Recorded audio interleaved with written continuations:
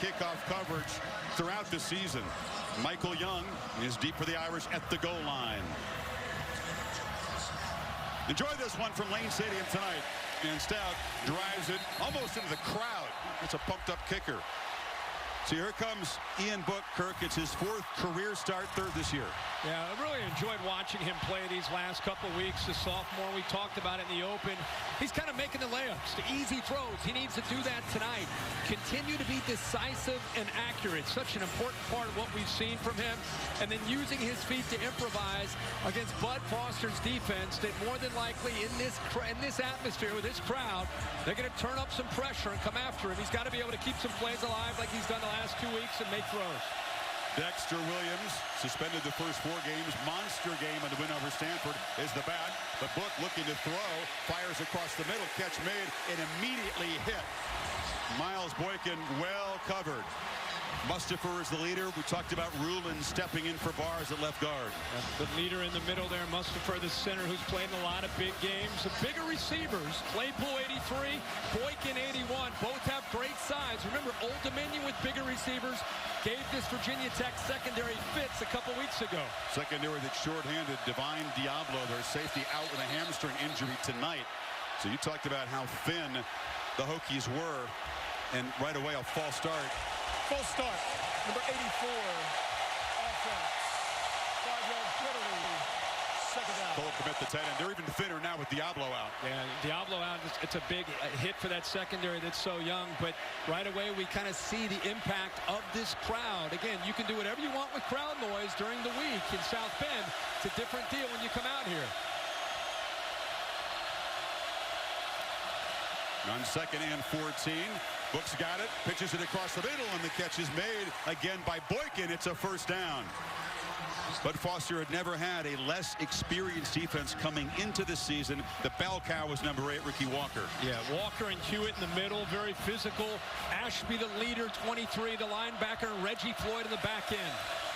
At 18 yards in that play, now they pitch it out wide, and another attempt to get the ball to the perimeter quickly, and that's Chase Claypool. Good gain on first down. There's no shortage of athletes in the Virginia Tech secondary. It's just lack of experience. I mean, you lost most of your secondary from a year ago. The linebackers, all these guys are new, so it's not necessarily about ability. It's just where are their eyes? Are they playing with great discipline? That's the big thing that they have to do tonight. Play action again. Book shows his elusiveness, but he cannot escape the grasp of Jarrett Hewitt. There's a flag down. Did he grab the mask? I think he did. I think he was in great position there getting off of Rulin's block, but I think his right hand got up into the face of Book. Personal foul, face mask, number 55, defense. You know, the penalty. environment can be a challenge for the defense as well. They can get too hyped up, make mistakes like this. Yeah, and there he gets to bottom of the face mask, helps pull down Book. By the way, if he doesn't do that, you're looking at a 3rd and long, and Virginia Tech having a chance to get off the field. Instead, the 15-yard penalty, they're across midfield, and Notre Dame has a nice drive going. Ball at the Tech 42. First carry for Williams, who exploded against the Cardinal. He came off with fresh legs after being forced to sit out the first 4 games with the university suspension. Gotta love with Brian Kelly and Chip Long, the offensive coordinator. They come into this hostile environment. First 3 plays with a fairly inexperienced quarterback. They put the ball in his hands. 3 straight passes until the run there by Dexter Williams. Jafar Armstrong is still out injured for a couple more games. Tony Jones has been hampered with an ankle injury. Williams may be the workhorse tonight. He's got it again, trying to get the edge. Cannot escape the clutches of Rayshard Ashby, the middle linebacker. Bud Foster last week went, a little bit unorthodox for him. He rushed 3, dropped 8 a lot of the times, and they got pressure on Daniel Jones and Duke. Here early in this game, boy, he is crowding the line of scrimmage with a lot of bodies, and he's leaving his young corners one-on-one on the perimeter against those tall receivers. That could be dangerous. First 3rd down of the night. They need 6. Hokies rush 4. Book has time and delivers a strike, and it's a first down. And that's the tight end, Alize Mack, down to the 22.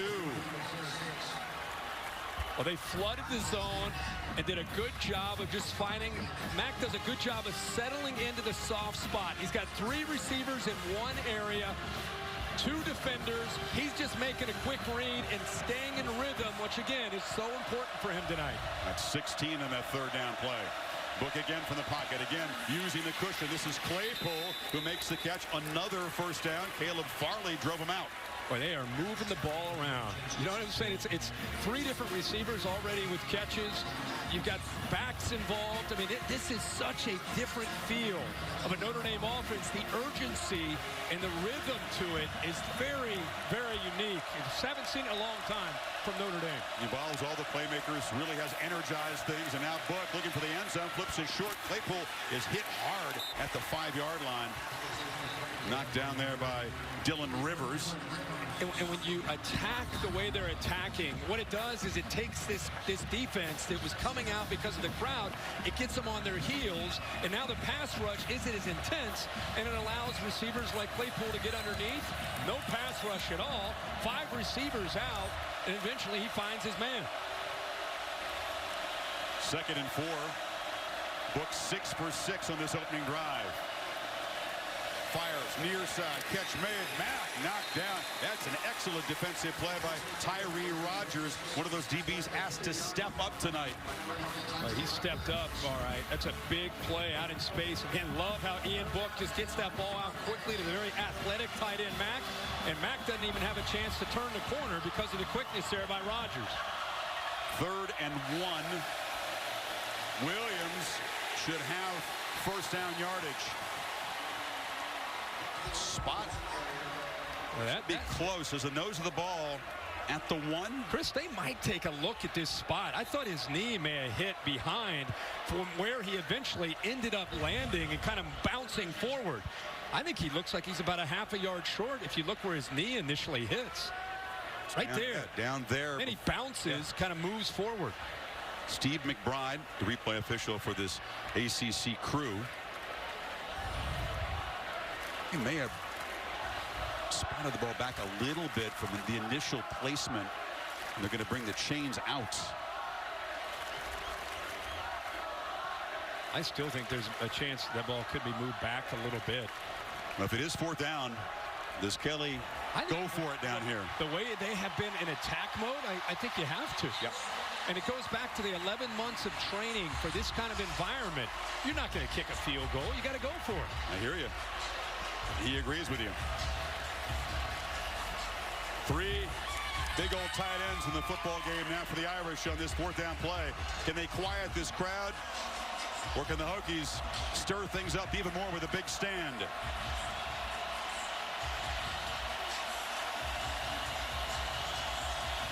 Brock Wright, the tight end, is lined up at fullback in front of Williams.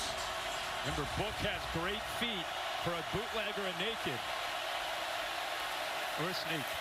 And he looks like he's got it with the sneak. 1st and goal, Notre Dame. Not a big guy, 6 foot tall, about 200 pounds. But he kind of wormed his way. He found a little gap in there. Yeah, you get a little push also from Brock Wright, helping, trying to push him from behind. See that all the time in college football. There's a sandwich in the corner. Oh, yeah. Man, I love Ian Book. I love watching this kid play. Just a gym rat approach, studies film relentlessly to be prepared, and just playing with a swagger, a confidence about himself. And I think the team feeds off it. They shift all those big bodies to the right. Williams muscles in, and Notre Dame marches it 74 yards in 11 plays to quiet Lane a bit. If you're a Notre Dame fan, it's exactly what you wanted to see. 12 plays, 75 yards, a little over 5.5 minutes, and a touchdown. And Ian Book, the mojo continues. 7 of 7 on that initial drive for the Fighting Irish. Book is the holder for Justin Yoon's PAT attempt.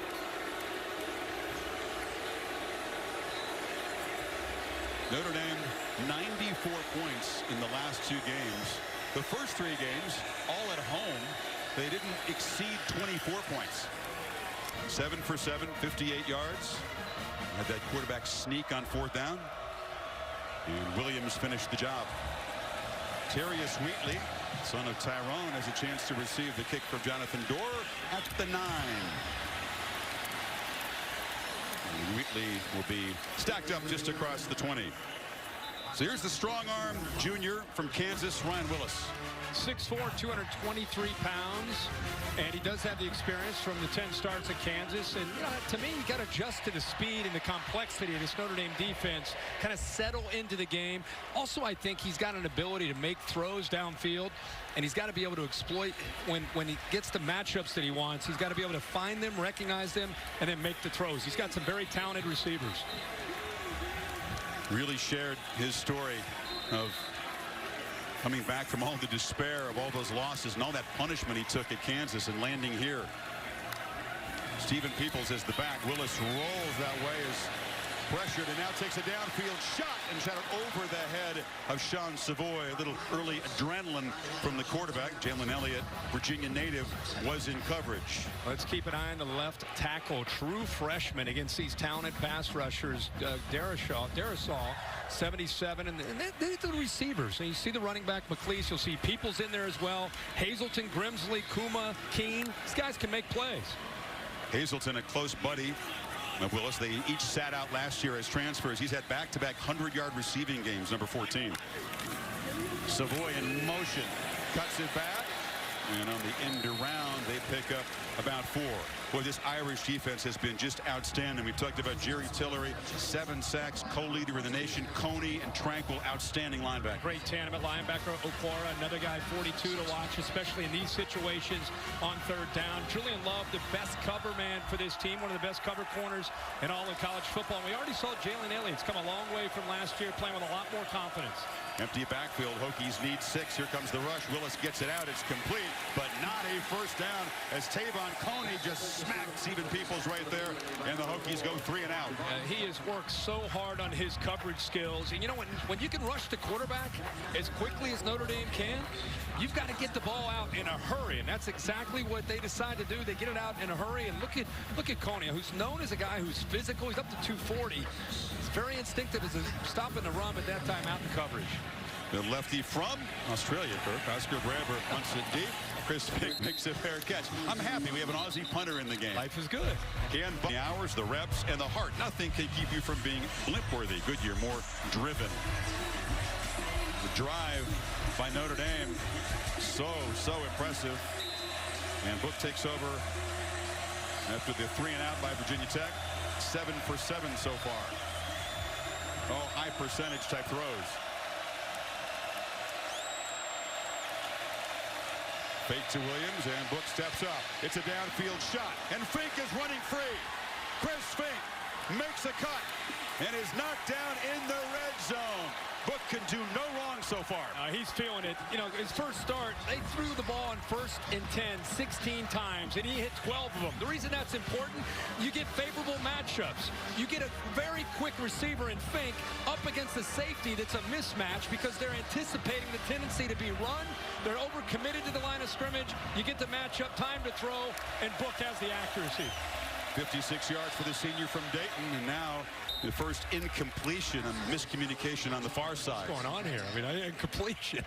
That's unacceptable. Chick-fil-A impact players tonight, Kirk. Yeah, let's start with Dexter Williams in the backfield. Great to see him back last week. Explosive runner. Miles Boykin, they'll look for him, especially in this area. Ricky Walker's got to make some plays in the inside, and Caleb Farley better hold up one-on-one the rest of those corners for the Hokie secondary.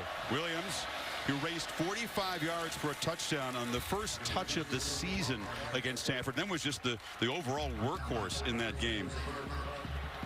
In it for 161. Missed those first 4 games, suspended, and kind of went down to the scout team during camp the first 2 weeks. Had to earn his way back. Did just that very thing and had that big game last week. First game back. 3rd and 7. Book fires over the head of Boykin. Incomplete. He's knocked down after the throw, and Tech's defense does hold after the big play. As the ball was snapped, you could see that's the matchup he wants. Boykin, it's got that size, and look where he throws the ball. That's intentionally done. He missed it, but he missed it high. He'll go back to that with Boykin at 6'4", and he'll try to make that throw again against Quillen, and I promise you he'll make it. Justin Yoon is closing into the all-time Notre Dame scoring record, which Alan Pinkett set 33 years ago. Tries to get 3 points closer to the mark from 31 yards. And he drives it through and came out the other high. He was recruited by two guys with Notre Dame connections, Charlie Weiss and Ron Powless, but they got fired. And then David Beatty told him, "You're not exactly what I'm looking for as a quarterback," but he didn't take the hit. He's still enrolled there. What are they looking for at Kansas, a quarterback? Apparently not a strong arm. Okay. But anyway, sorry about that. He decided to walk on here, just like his parents, Lois and Steve. They each walked on as college athletes and had excellent success. Steve was a kicker at Kansas State. Lois, an excellent track and field athlete at Iowa State. His sister Lauren also walked on at Oklahoma, went to a couple of Final Fours. And there's a long throw. You can see the arm strike. And that's the guy he has a special connection with, Damon Hazelton. Yeah, Hazelton, as you mentioned, he and Willis sitting out, getting a chance to work together on the scout team. And there's a rhythm and a confidence there. When you throw it with a certain receiver a lot of times, you just have an ability to get into rhythm. That's the guy you want to look early in this game to. Looks on the other side, finds him again. Yeah, these two guys, when you're sitting out as transfers, you got to sit in the stands and watch the games after practicing all week. It's kind of a bummer, but they got through it. Maria? Yeah, they came in as transfers together, Chris, and that means they played on the scout team. And Willis said that he threw to Hazelton literally every single play, and that's when they had guys like Terrell Edmonds and Greg Stroman playing in the DBs, and Adonis Alexander was playing linebacker at that time. It was a play action on a dart thrown high and incomplete, looking for Kuma, who was brought down. Crowd wanted a flag on Troy Pride Jr. Hazelton, by the way, has caught a touchdown in all 4 of his games here at Tech. Former Ball Stater. He is running an offense like we see pretty much every game you turn on, with a lot of RPOs, meaning run pass options, and trying to read that second level defender, whether he's in defending the run or sitting out in the box. Need 2 on 3rd down. And Willis flips it in the flat to Peoples, and Stephen Peoples makes a man miss and gets a first down in Notre Dame territory. He did a nice job getting the ball out quickly and giving Peoples a chance to be able to try to make a move, because you know Coney, see how Coney gets out there, avoids the traffic, is able to get out there, but a great job of cutting back inside. The effort there by Coney to try to get to the outside, he recognized that, cut it back, and picked up the yards. Now Peoples on the reverse. Hezekiah Grimsley looking to throw, loads it downfield, and has a man wide open, and Sean Savoy scores on this special play. There is a flag near midfield. The cannon operators and the firework operators don't know it. It'll come back. Number 77, offense. And there's the freshman. First down. For Justin Fuente, the right time to dial it up. Waited, gets Notre Dame's defense out of position, and the true freshman, Darrisaw, is downfield to eliminate the touchdown. If you look at the left tackle right here, you can see they're trying to sell it, and actually, really, Grimsley sells the heck out of it, but right here is Darrisaw, the left tackle. He's getting downfield about 6-7 yards downfield, and the official makes the right call. And Virginia Tech wastes their big opportunity to get back into this game and get this crowd back into this game. They practiced that play a lot on Thursday. Kirk Savoy's not a great passer, but the receiver Savoy was just so wide open. I loved how Grimsley sold that. Yeah. He just basically baited the defense to him, and then he just kind of hook shot the throw out there, because there's no defenders out there. It shows you just how collaborative this sport is. A true freshman tackle, 30 yards away from the play, just that brief mental error, few 2 yards downfield. So it's 1st and 15. And they've used up their special play for the week. McLeese takes the football, follows his blockers nicely, and is knocked down after about a 9-yard gain. And follows the center Hoyt around, and they'll use McLeese and Peoples mainly in that backfield. I think they complement each other very well. McLeese is sudden and quick, 33. Peoples a little bit more physical. The senior, 225 pounds. McLeese will stay in the game. Running game was smothered by Duke. Blue Devils crowded the line. Hokie backs couldn't get much going. It was a long throw to the edge, and Trey Turner is a very talented true freshman, makes his 4th catch of the season, and it's a first down. I said this when we had him week 1 against Florida State. Justin Fuente is building this program up. Last year he had Cam Phillips and the true freshman Sean Savoy. Now he's got some depth out at wide receiver. This freshman's really helping out Turner. Play action, they flip it to Grimsley. He makes a catch, and he is smacked very hard by Jalen Elliott. The safety who's got 26 friends and family here tonight. He comes from Richmond. Yeah, well, also you see Julian Love, who I think is one of the better corners in the country. Right there, comes up and hits him and shows how physical he can be. These Notre Dame corners will hit you. It's not just about covering with them. They're asked to make plays in the open field, and they do that. I love to watch 27. Yeah, he's the all-time pass broken up guy at Notre Dame. On 2nd and 5, that's a keeper from the quarterback, and he shows his strength. They're spinning him around, but Willis fights near the first down. By the way, he's pulling Okwara, a big defensive end, one of their more talented players. He's on the left side there. He just grabs on. I think he may be surprised by the size and power of Willis, who right now is showing that, again, he's got some athletic ability. Justin Fuente telling us he's not just a passer. The guy's got some quickness. Power and also determination. Yeah. It means everything to him to be in a game like this after what he's been through. 3rd and 1, and you see the power of the quarterback who just sneaks it for a first down. You just wonder if a guy like that, Kirk, gets a little too hyped because he's waited so long for this chance. Well, and in fact, he's very different from Josh Jackson, who was flatline. Very, very chill. He plays quarterback like a linebacker. So regardless of just this scene and playing a number 6 team in the country, he just plays the quarterback position with a much more amount of motion than what you typically see from a quarterback.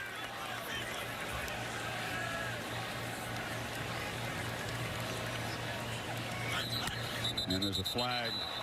Yeah, the center moved. Snap. Center was about to snap it, moved, and it's the 2nd mental error on this offensive line in this series. First down. Zachariah Hoyt and Grimsley. They got 2 Old Testament guys here. You got Zachariah, Hezekiah. We need an Ezekiel out there. No doubt. It's a good look. It's a biblical hairstyle too.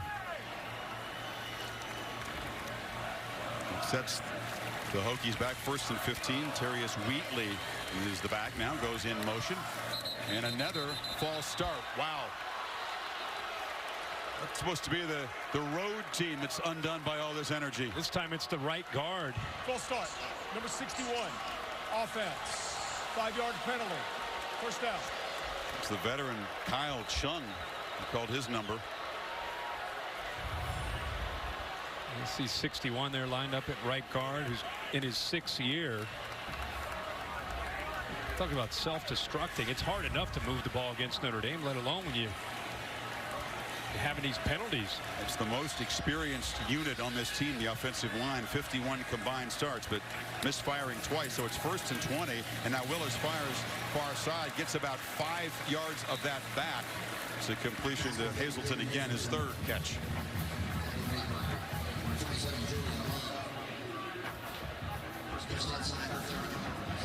You know this offensive line, Kirk's going to be keyed up. The Irish, when you see them on tape, they are disruptive. They are dynamic getting after the quarterback, invading the backfield.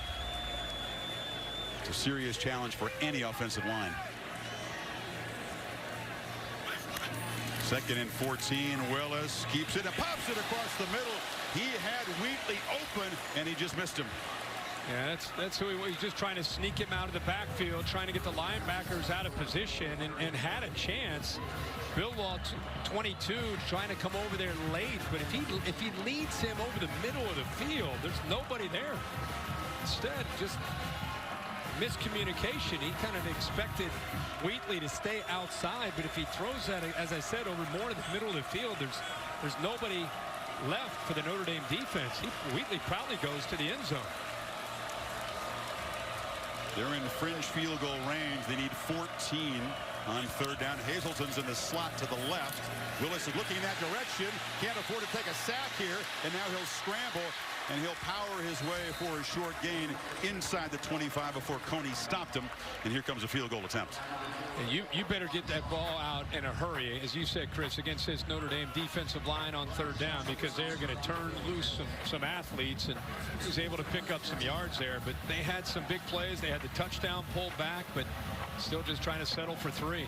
Ryan Johnson is a sophomore who takes over for the 4-year starter, Joey Sly, and this from 40 yards.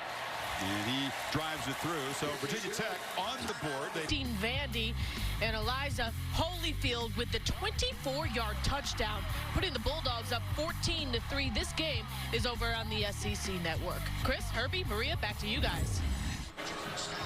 Cassidy, thanks. So the Bulldogs in front. Other top playoff contenders like Alabama and Clemson really rolled today. 63-3 Tigers over Wake Forest. Ouch. Deep boot by Jordan Stout. Again, may not see many kickoff returns tonight. Kick off your Week 5 NFL Sunday on ESPN, 10 o'clock tomorrow morning. Sunday NFL Countdown crew will have all the updates. Odell Beckham sounding off on the 1-3 start by the G-men. Not getting him the ball enough, and that would be probably at the top of his list of complaints. Redskins, who play Monday night, have 3 ex-Hokies on their team, and those guys are on the sidelines tonight. Bud Foster would like to have Tim Settle, Strom, and a few other guys in uniform if he could. Notre Dame might notice. Williams has a lot of room and gets the edge, and just a easy run, untouched almost, down near the 40. Now they lost the edge of their defense. You see this movement right here on the outside by Gaines, and watch how once he moves to the inside, there's just nobody out there. Ricky Walker kind of on a stunt there, trying to get out there. That's a tough ask for a defensive tackle. Notre Dame calls the right play at the right time. Now it's play action, and Book takes another downfield shot, and Fink was wide open again, overshot him. Yeah, they're going to continue to go after that matchup, because Fink against Rogers is a mismatch, and especially on 1st and 10. He's got the cushion, little hesitation, goes right by him. Man, and I can't believe he's out there, but you can't do it all defensively, and Book would love to have that one back. By the way, 1st and 10 is where Ian Book likes to throw the football. He's been incredibly successful these last 3 weeks doing that. Sure has. Doesn't every quarterback love to throw the football on 1st and 10? Well, so he was 20 of 28 combined against Wake Forest, and again last week what he was able to do. And if you look tonight, he's already 6 of 8.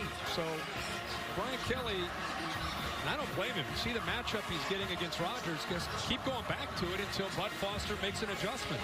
It'll be 3rd and 2. Throws it over top of the head of Waller, who's in zone, trying to get underneath of that throw. But again, the rhythm, the timing, great job by Ian Book throwing there to the big, tall Miles Boykin. He had missed his last 3 after starting 8 for 8. And now Book downfield again. Boykin got tied up in traffic and couldn't get there. Javon Quillen, as the backups are all over Tech secondary tonight at the moment. And a lot of them are just inexperienced players. I mean, Quillen's a junior who's probably improved the most in the secondary. You mentioned special teams guy. Yeah, but he's improved a lot as a corner. He's going to get some action, obviously, tonight with that injury to Farley. Book rolls and flips it short. And knocked down after a short gain is Mack by Rogers. Yeah, that's more of Rogers' play. Tyree Rogers as a safety, that's more of what you'd like to see him do. Go up against a tight end and have to be able to make a tackle against a big, tall tight end, who's, by the way, a pretty good athlete. But when you leave him one-on-one against Chris Fink, he's going to lose that battle more often than not. Irish need 6 on this 3rd down. Tony Jones is the back. Fink comes in motion now to the slot. And Book flushed.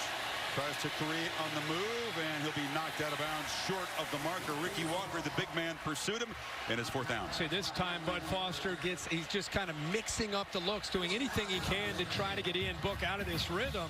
So instead of playing man-to-man and bringing pressure, that time rushes 4, plays zone. Would you call it smoke and mirrors? He's kind of grasping. Yeah. I mean, he's one of the best defensive minds in the game, and he's only doing what he can do with what he has. But he's kind of picking his spots to play man and when to play zone. That time dials up the zone and does a good job of making Book hold on to the ball. Tyler Newsome, the Irish 4th-year starting punter, to boot it away. C.J. Carroll standing at his 8, and it's mishandled. And now Newsome running around, and he'll be dropped back at the 45. A special teams gaffe gives the Hokies life. Well, this is just a bad snap. Punter never has a chance. He tries to short hop it, and then by the time he gets the football, you can clearly see all the Hokies are all over him. Got a deer in the headlights. Maybe you should have tried to kick the ball somewhere. He's not going to run for a first down. I think just the snap itself being so low by Shannon surprised him, and his eyes started to go up, and he saw all those jerseys coming towards him. Let's see after a sudden change what Virginia Tech can do here. And a whistle again before the snap. They call timeout. And Justin Fuente is hot. Timeout. He's fired Virginia up. Tech, their first of the half. He wants Willis to come over. Sudden change offense wasn't quite quiet now, hoping the Hokie offense can convert that bad punt snap into points. And Willis, big pump fake. And tries to take a shot downfield, looking for his favorite guy, Hazelton, but excellent coverage by Troy Pride Jr. Yeah, Troy Pride, I think, is probably the most improved defensive back that they have. Watch 5, and he senses that little hesitation, that little stutter and go. Great thing he did is right away he's thinking about him getting deep, so he turns his head, looks at the quarterback, and anticipates the throw, and easily is in position and phase and knocks it away. Here's a keeper and a hard hit. Willis just lowers his head and absorbs the shot from Loie Gilman. It'll be 3rd down. Remember, Willis, a big guy at 223 pounds at 6'4". I mean, he's accelerating and heads right into Gilman, who's 202 pounds, but he's a big man running when he pulls the ball like that. Peoples is the back. They need 5. And Willis slings a slant. Hazelton again has got it. He's got a first down in the red zone. That connection, Willis to Hazelton, firing tonight again. He goes into motion, and that's to try to affect the communication with the Notre Dame coverage. Nice job of protecting and giving him the time, but there's that connection once again, Chris, with Willis and Hazelton, who are very familiar with each other going back to last year on the scout team. It's an offense. You take out the William and Mary game, and the Hokies have really struggled on 3rd down. But a 3-for-5 start tonight, and yet another mental mistake. That's a 3rd false start. Infractions. Number 75, offense. You know, before we put it all on Hoyt, part of what Hoyt's dealing with is, you're at home, you would think it'd be easy for the center, but you have a new quarterback and a new kind of just feel to the cadence and to the snap. And right now, I think Hoyt's still trying to get comfortable with Willis being in there, as opposed to Josh Jackson, who he's much more comfortable with and the rhythm of how he called a game. Hoyt, a sophomore, not one of the more experienced linemen. And now Willis backpedaling. Chase, can he escape?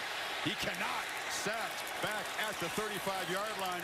Julian Okwara got there in a hurry. Oh, that's great coverage, but this shows you the inexperience of Ryan Willis. I mean, he's got to throw this ball away. Remember, Notre Dame is known for rushing the quarterback and great pass rushers. Not only that, they bring Coney. He has to have that internal clock going. He's got to get outside of the pocket and throw that football away. He had the ball in the red zone, Kirk. That penalty, and now an 11-yard loss makes it 2nd and 26. Irish rush 4. Willis has time and delivers into the zone, slipping after the catch was Savoy. Get a small chunk of the yardage back. It'll be 3rd down and about 15. Well-designed play there by Justin Fuente, using the back. Stephen Peoples to take Coney out to the outside and really opened up the middle of the field. And I'll tell you, when he puts his foot in the ground and he's one hitch and throws, not only with a lot of velocity, but typically pretty accurate. Savoy in motion. They fake the backwards pass, and Peoples tries to hit a crease, but flying up was Drew Tranquil, who's playing with a cast on that hand. He had a fractured bone in his hand against Stanford. That's a quality tackle. Yeah, he's up tight, showing blitz, and then kind of settles. And then the center Hoyt, who's had a rough night, tries to pick him up, but no chance. Even with that cast, Tranquil, he went from being a safety to a rover. Now a linebacker makes the play. Again, Brian Johnson on to kick a field goal, and he's got a leg, booms it way up in the net from 43, and the Hokies cash in the special teams miss to ring you up. When you become the quarterback at Notre Dame, you become a celebrity in this sport. And a strong start for Book. Defense, a good job as the Tech team sort of self-destructed after they got down in scoring position with the false start and the sack.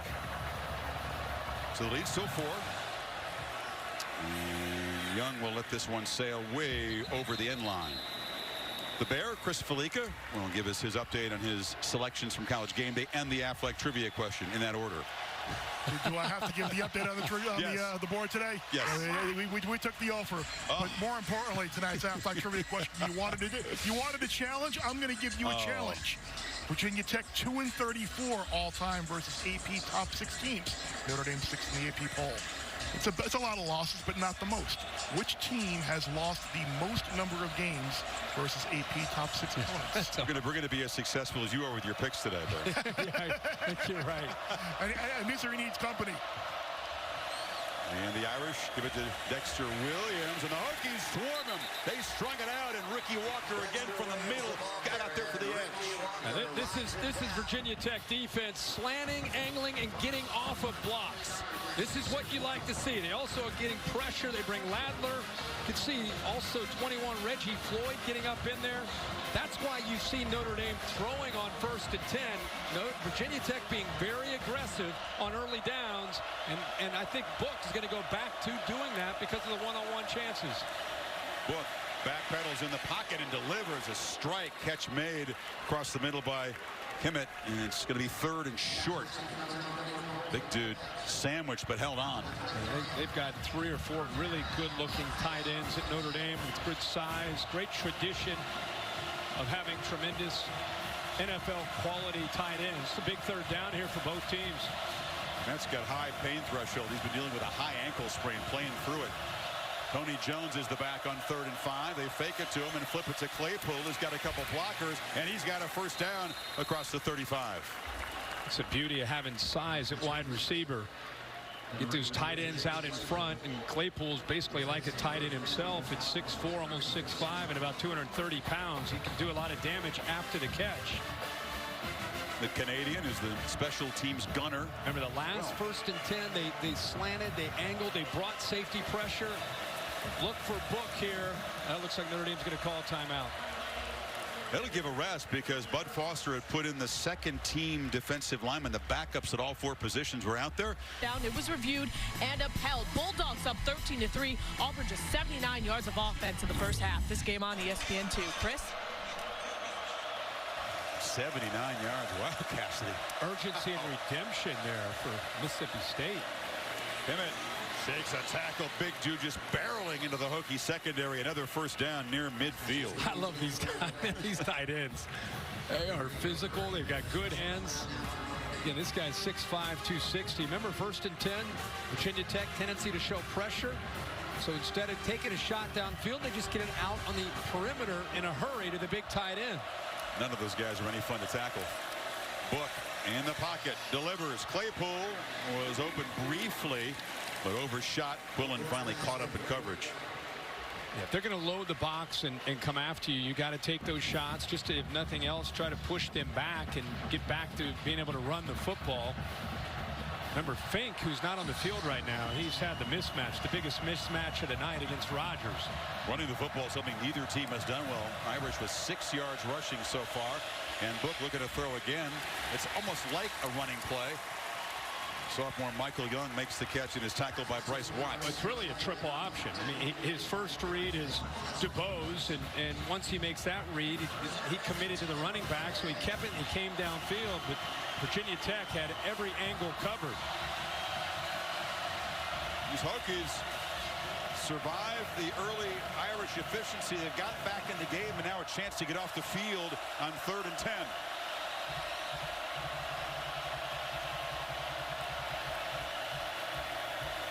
Only a 3-man rush. Book has all day and takes another shot. And it's a incompletion over the head of Boykin, who was wrestling with Watts. No flag and no chance really against double coverage. Bud Foster's answer is to try to get in Book in this offense to 3rd down and then rush 3 or 4 and then sit back with 7 or 8. This time he goes with 8 in coverage. Much tougher on Book, obviously, to read when you've got 8 guys downfield in coverage. Now, John Shannon, who had never delivered a bad snap his Notre Dame career, did so last time. Keep an eye on that as Newsom is back to punt, and that snap is perfect. The boot is very high. And Carroll is going to make a fair catch, but not before muffing it. Booming punt. It could be like a Vanderbilt, Northwestern. I say Northwestern. Talk to me. Both of those good guesses, and you have the right conference, Kirk. The answer to tonight's halftime trivia question, which he was lost the most, it's Wisconsin. You would assume a lot of those teams, top 6 Ohio State, Michigan type teams. So good guess. Not bad. You got us this week. I think it broke our winning streak. Hokies backed up. McLeese is the back, and Willis is going to keep it. And he's going to get the edge. Scoots out of bounds. It's a Tech offensive line, Kirk, that's had 5 penalties. The 4 false starts and the ineligible downfield against Darisaw that negated the touchdown. So negated the touchdown. And don't forget, they also, when they were deep inside Notre Dame territory, they had the sack, which also hurt a scoring chance, a scoring opportunity. So they've had opportunities to not only be able to stay in this game, but possibly take the lead the way their defense is held in there. Grimsley on the end around, not looking to throw it this time. Makes a high step move and is slung down by Pryor after a first down. Great block there to lead the run there by the running back McLeese. 33 takes down Bilal, gives him a little bit more room, lowers that shoulder and gets the first down. Yeah, just the 6th first down Tech has been able to generate.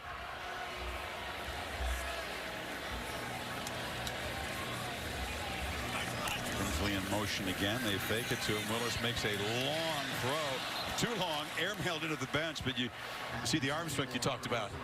Yeah, he can make that throw from the left hash all the way on the outcut. Seems like they continue to try to get the ball to Damon Hazelton. How hard is that to defend? If you get a quarterback that can get it from one hash to the numbers on the opposite side. Yeah. Typically that field corner is giving a big cushion, not thinking most college quarterbacks can make that throw. 3 receivers to the right.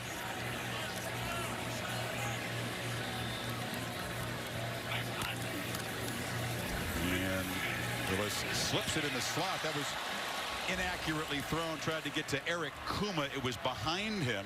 3rd and 10. I'm kind of surprised that Virginia Tech hasn't been able to try to run the ball more. You know, right now they only run for 31 yards. They have 10 carries on the night. Notre Dame has a very talented defensive line, but we'll see as this game goes. You're not going to do it here on 3rd down, but I thought we'd see a little bit more balance from them running the football. And snapping the ball is Chung. They move the guard to center, and a blindside hit. And that was Okwara off the edge. It affected the throw, and it's 4th down. Keeps talking about it, but when you have Kareem and Tillery and Hayes, and here comes Okwara on the outside, that's a true freshman left tackle who studied all week about Julian Okwara and what he needs to do to be able to get that left foot out, but still too quick for him to get around the edge. Fink decides to make a fair catch at the 36-yard line. So inside of 6 minutes to go before halftime, and the Irish will try to add to their 4-point lead. Next week, Saturday Night Football, presented by Wells Fargo, will be in the Big House in Ann Arbor. And for the Wolverines today, and a game that was delayed by weather, and Wisconsin will roll in there. Big Ten battle. It starts at 7:30 Eastern time. 17-point lead for the moment for the Badgers against the Cornhuskers, still winless. Yeah, we always talk Jonathan Taylor, but Alex Hornibrook having a very good year, very accurate passer, and become a veteran to that offense. See if the Irish offense can get the rhythm that they had going in the first couple series. Now, this is the guy that they were hitting early on 1st and 10. And it's going to be a play action. Throw is intercepted, picked off by Reggie Floyd. And Floyd, with the first turnover of the game, sets Tech up in Notre Dame territory. I think this is one of the first mistakes we've seen Ian Book make in the last 3 weeks. He never sees Reggie Floyd, who's down almost like a linebacker, kind of sneaking down, and I don't think he ever saw him. He was so locked in on making that throw that I don't even think he took into consideration that Floyd would be there. And it's one of the first, as I said, first mistakes that Ian Book has made in 3 starts. ACC defensive back of the week last week, and he had a lot of the turf monster got him because he had a lot of room on that return. Tech at the 42. Willis looking to throw downfield. Savoy is there, and it's broken up. Had a chance. Elliott was defending him. They continue to take shots downfield. Right, I don't blame him. Again, much like we saw on the other side with Notre Dame trying to get the ball to Chris Fink, this time it's Savoy. And if the ball is led in front of him, it's probably a touchdown for Savoy, but he has to come back to the ball, which allows Elliott to go up there with his size and knock the ball away from the shorter Savoy, who's only 5'9". Terrific play by Elliott, whose dad Anthony played here at Virginia Tech. His parents, in fact, met as students at Tech. Peoples makes a cut in the clear, breaks a tackle, still running, and Tech will be down at the 1-yard line. Finally, the Tech running game produces a big play, 41 yards. Watch this block by the center right there on Tranquil. He cuts behind that, and then a poor effort there by the safety Elliott. Tremendous block downfield by the receivers. Looked like that might have been Phil Patterson. He's well short of the goal line. But I love to see receivers 30 yards downfield trying to help a running back out. And that time it was Phil Patterson. Almost got him all the way to the end zone. Good look at the progressive pylon cam. So it's 1st and goal. And second effort of the ball. And that scrum down there. Quarterback Willis is trying to help his running back. Forget the lineman pushing him back. The quarterback is getting in there trying to throw his back into the end zone. Told you he's got a linebacker mentality for a quarterback. So the poor snap on the punt, which they cashed in for 3, and then the interception by Floyd, and Tech, after staggering early, Kirk, poised to take the lead. How about Willis? He's 1 yard away from taking the lead against the number 6 team in the country.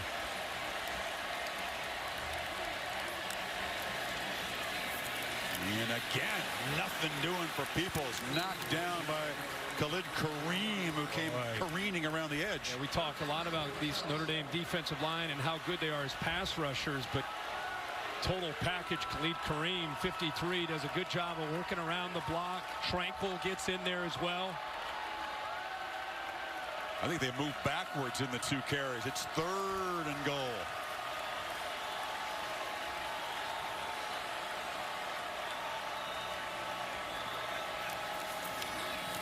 And they collide in the backfield. Willis and Peoples bump into each other, and a loss back to the 5. It is 4th down. Wow, what a sequence. Yeah, that's another thing where you see a quarterback that hasn't taken a lot of snaps, a miscue between he and Peoples, who's a veteran, a senior. You can pretty much assure the senior went the right way. And you wonder which way the quarterback went, and Virginia Tech right at the 1-yard line has to settle for a field goal.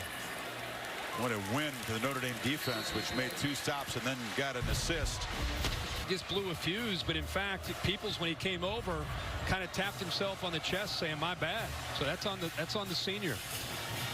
So again, the miscue cash, but only for 3, as Tech leaves 4 points on the field right there. Peoples having a conversation with his position coach upstairs. So the Irish, Kirk, have 3:21, and we'll see if Book can shake off quickly that first mistake. You made a good point about, we're talking a lot about what happened with Willis and the Virginia Tech offense. The Notre Dame defense, shoestring tackle prevents Peoples from scoring, and then they bow up down there for 3 downs and force that field goal.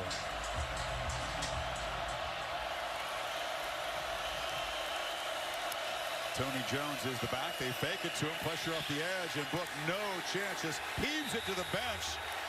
Maybe have a conversation about grounding here. Khalil Ladler is wearing that number 25 jersey tonight, honoring Frank Beamer. All they want to know is, did the ball get across the line of scrimmage? That's all this discussion is about.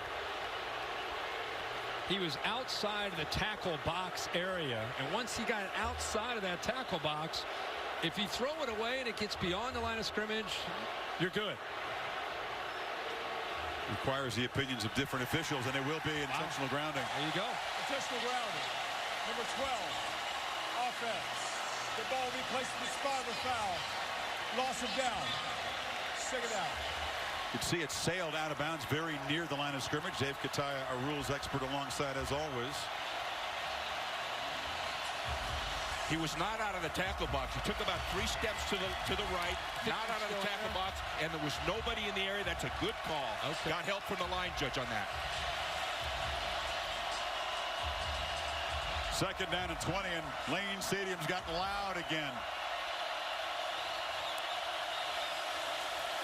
Short drop, short completion to Alize Mack, knocked down by Floyd, the interceptor. You're a Virginia Tech fan. That's what you want to see from your defensive backs against these taller receivers and tight ends. Very few yards after the reception. He was all over Mack right after he made the play. You see Farley back out of the field trying to fight through that pain that he's had earlier in this game. Yeah, that ankle heavily wrapped. Remember, they've been playing a lot of zone on these third downs. Hokies rush 5. Book has time now. Hit as he throws. Hit really hard. And he is helped to his feet. Looks to be in some pain. And the Tech defense has made a stand. And that was Rashard Ashby, the middle linebacker, 23, kind of spying him. And then it decides to not spy him and lower the hammer. He didn't realize that Book wasn't going anywhere. So he attacks him to force the ball out of his hands. And good to see Ian Book get up from that hit because Ashby hit him hard. Ooh, thank goodness for those chest pads the quarterbacks wear. Yeah. Newsome has already had the one misadventure tonight. The snap rolled back to him, and he tried to run around and got tackled. Carroll standing at his 30.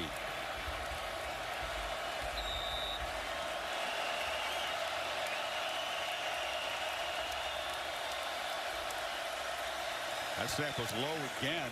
Newsome gets the punt away, and it's a boomer way back inside the 20. But Carroll has got room. Newsome outkicked the coverage a bit, and a good return sets Tech up near the 40-yard line with 2:17 to play. 58-yard punt, 19 the other way.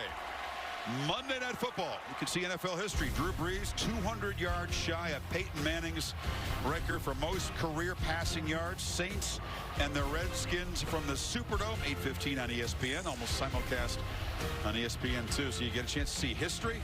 Mark Ingram bouncing back in there, and Hokie fans can see 3 Virginia Tech ex-players. A dominant second quarter.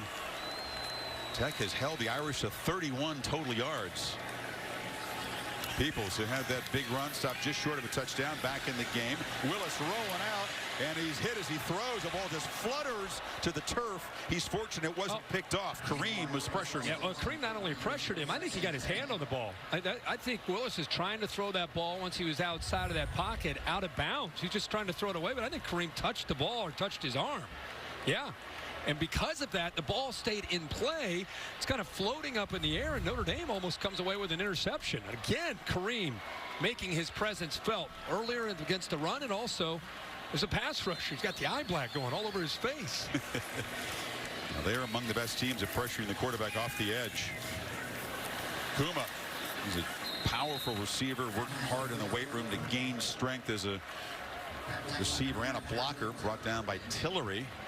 It'll be 3rd and 8. Again, Notre Dame, area they've improved the most is Khalid Kareem, Dalen Hayes, Julian Okwara, Jerry Tillery. When they want to turn it loose, they do not have to blitz, even though a lot of times they'll walk up Coney and Tranquil and show blitz. A lot of times they'll drop and just rely on those 4 to be able to get after the quarterback and beat those linemen. Just 1 sack, Kirk, but as you pointed out, they pressured and hurried Willis frequently. He rushed 4, and Willis trying to escape, and does. And he'll run for a 1st down into Notre Dame territory. A deceptive athlete. He can't beat you with his feet. The only thing is they spread the entire Notre Dame defense out. So you see the running lanes all over the place. Once he decides to be able to escape the pressure, there's nobody there. Nobody there to really spy him. Jones, a defensive end who didn't have the quickness to make the play, but they didn't have Coney there or Tranquil with the man-to-man coverage. Willis, as a passer, has missed 5 in a row. Has to dodge pressure again, running for his life. Loses the football. It's a takeaway for the Irish. And Julian Love is going to score the other way. A scoop and score. Reverses momentum. Here we go, Irish! Jones is going to get the touchdown. But the man who deserves the credit again, Khalid Kareem. Relentless approach and effort here, just not giving up on the play. Goes down on the ground and still comes up to knock that ball loose for Love to pick up and score the touchdown. So this Irish defense, which has done a good job keeping Tech out of the end zone, puts 7 points on the board. Yoon boots it through, and it's 17-9. Chris, he's over here lined up on the right. He comes around, but I want you to watch why this ends up being a play. Again, going to get a true freshman. Pushes through a double team. He's on the ground. You're thinking he's out of the play, but watch this. Gets up, knocks the ball away, and there's Love. Aware, picks it up, and obviously goes in for the touchdown. But I'd love to see that effort there by Kareem. And there's an example of Ryan Willis just trying to do too much and not having experience to fall back on. Julian Love could not have asked for a better bounce. He's a kid who grew up in Chicago, grew up a big Notre Dame fan, living his dream. And Kelly is seeing the offense cool off a lot, but the defense finds the end zone. Willis felt the pressure, desperately trying to escape. He didn't count on Kareem coming from behind and knocking it loose. What a player Khalid Kareem is. Notre Dame's got defensive linemen. They've got some athletes up there. Kareem, an excellent player. They also say he's a model student athlete, just a hard worker. Makes the guys around him better. We could stream college football all season long on ESPN Plus. Start your free trial today by downloading the ESPN app or visit ESPNplus.com. Quiet Lane Stadium at the moment. And there's an Irish player down on the field. Brandon Hudson, backup defensive lineman. So Notre Dame's offense, Kirk, came out, and Ian Book was on fire, completed his first 8 pass attempts, and they quieted this crowd. Then Tech, thanks to some mistakes, found a way to get back in the game, and that lightning strike there by Love has changed everything. Yeah, I mean, that's college football. You think you're in a position, and maybe, hey, how about this? Hasn't been a great first half, but have the ball late in the first half, maybe a chance to get points on the board. But in the blink of an eye, the game goes the other way, and now you're fighting back uphill again. But still have a lot of football to be played in this game, and of course, you always get the adjustments at halftime for both these teams and see if they can try to come up with some more offense. This Notre Dame offense, it's been in rhythm for 3 weeks, and they started the game on fire with a couple great drives with Ian Book. Their last 4 possessions: punt, interception, and a punt. You saw the -2 rush yard. This team that came in averaging 200 yards per game on the ground. They ran right through Stanford last week. So now it's Willis that has to shake off a mistake. We feed McLeese. He's got a nice first down game. We'll see if Puente plays with any urgency here. They do have the 2 timeouts, but inside of a minute now. They're going to play with some tempo, see if they can threaten. No, it's a drop. Hazelton took his eyes off the ball and looked upfield. You could really go back and look at the first half and add up the miscues. Not only the penalties and the drop balls like that from Hazelton, but they had that reversed throw for a touchdown that had a legal man downfield. They had a sack for a loss of about 15 or 20 yards, and they were in field goal range. That fumble, the previous possession, where Love picked it up. I mean, Virginia Tech has hurt themselves as much as Notre Dame has. And now Hazelton makes the catch, almost broke free, wrestled down near midfield. Clock stops momentarily, 44 seconds to go, and the Hokies hurry. Not going to use the timeout here. Willis from the pocket again delivers another strike, and Hazelton's knocked out at the 40, so suddenly they are threatening. Yeah, when in doubt, he's looking up his favorite target, Hazelton. Doesn't matter if it's against Troy Pride or Julian Love. He just feels that his bigger receiver can win those one-on-one matchups. Now, Hazelton headed for a 3rd consecutive 100-yard game. 6 for 73 so far. Still have the 2 timeouts. And now Notre Dame jumped off the edge there. It was Jameer Jones who caused the flinch on the offensive line. Offside. Number 44, defense. Entering the neutral zone, causing an offensive player to react. 5-yard penalty. First down. Just kind of a freeze call there. Remember, Virginia Tech deferred the toss that they won, so they do get the ball to start the second half. Pressure up the middle, they pick it up, and Willis delivers to Hazelton again. He's got the catch down in the red zone. He was waiting and waiting and waiting, and eventually Hazelton broke free. And now they'll use a timeout. Yeah, this is, you know, you think it is Justin Fuente after that turnover. They're just going to kind of work the clock and go down 8 at half. And instead, they had some urgency, hit Hazelton a few times, and now they're inside the red zone. They've moved it 56 yards in 41 seconds to give themselves a chance. Still have one more timeout. Here's that ineligible man downfield that ruined the Grimsley to Savoy touchdown. And Darrisaw, the freshman, this is a trick play early in the game that they executed perfectly, other than the offensive lineman getting downfield. And here's an open running back, Wheatley out of the backfield, but if it was a better throw, it's a touchdown. And here's where Peoples went the wrong way, bumped into the quarterback, and then the previous possession, the great effort by Kareem. Ball goes on the ground. Love picks it up, and it's a touchdown. There's a lot of other offensive penalties that they've had. The offensive linemen making some mistakes. Irish made a couple mistakes too, but Tech not able to convert them to touchdowns. And Hazelton, after that drop, has caught passes of 16, 12, and 21 yards.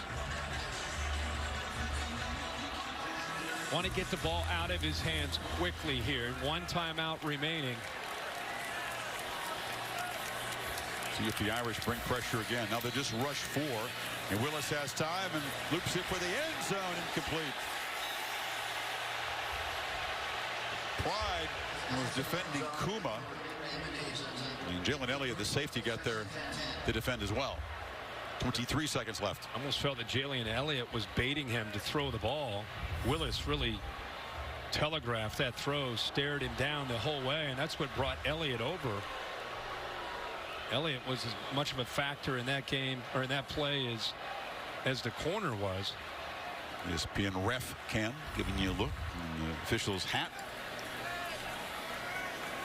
Hazelton, his favorite target at the bottom. Willis looking to the left again. Long throw, catch made Savoy. And a flag is down where the quarterback was hit. I think he got hit high. Now that'll look like Okwara. That'll move it half the distance. The ball's at the 7-yard line. Personal foul. Roughing the passer with targeting. Ooh. Number 91. Yeah. Defense. Half the distance to the goal. First down. The play is under further review. So Ogundeje flag for targeting, of course. They'll review it as they always do. The first hit comes from Okwara right there. You know, I don't know how he pulled 91 into that. To me, it looked like 42. The initial contact was Julian Okwara. He got pinballed, you're right, by Okwara. And after he hit him, Kimdije just happened to be rushing from the other side, and after he was hit by Okwara, bounced into him. So Steve McBride, the ACC replay official, will decide the fate of Ogundeje. Tech, though, threatening again. Good resilience to bounce back after the fumble, scoop, and score. Isn't it? Look. Well, maybe the follow-through is the only thing I guess you can see. Right here's the initial hit. They said 91. They meant 42. That's what I'm saying. But 91 hits him after that shot. Here's Okwara. Boom. No, it is the crown of the helmet. Yeah. And after a quarterback is following through and they're throwing the ball, he's considered in a defenseless position. Dave Kataya is our rules expert. Let's see what you think about this review, Dave. To me, this is targeting. He doesn't have to get it with a crown of the helmet, but he did. But you have all the elements. You have a launch, you have him lowering his head, and you have a defenseless player. To me, this is targeting. I think sometimes people struggle with defenseless player. They're expecting the crown of the helmet to be involved, and when it's a defenseless player, it's not the case. Was on number 42. He is disqualified from the ball game.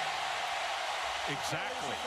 Defenseless player can be any hand, arm, but he even gets him almost with a crown in this play. He checked every box, didn't he? Absolutely right. And so they lose one of their best pass rushers of the game now. Best pass rusher this year, even though we've had a big night from Khalid Kareem, 53. Okwara, it's a big loss. I mean, we've seen Virginia Tech down inside his 5-yard line and not come away with a touchdown. 16 seconds remaining, one timeout. Peoples is the back. Hazelton comes in motion, now reverses. And Willis rolls that way and flings it to him. Touchdown! Finally, they find the end zone.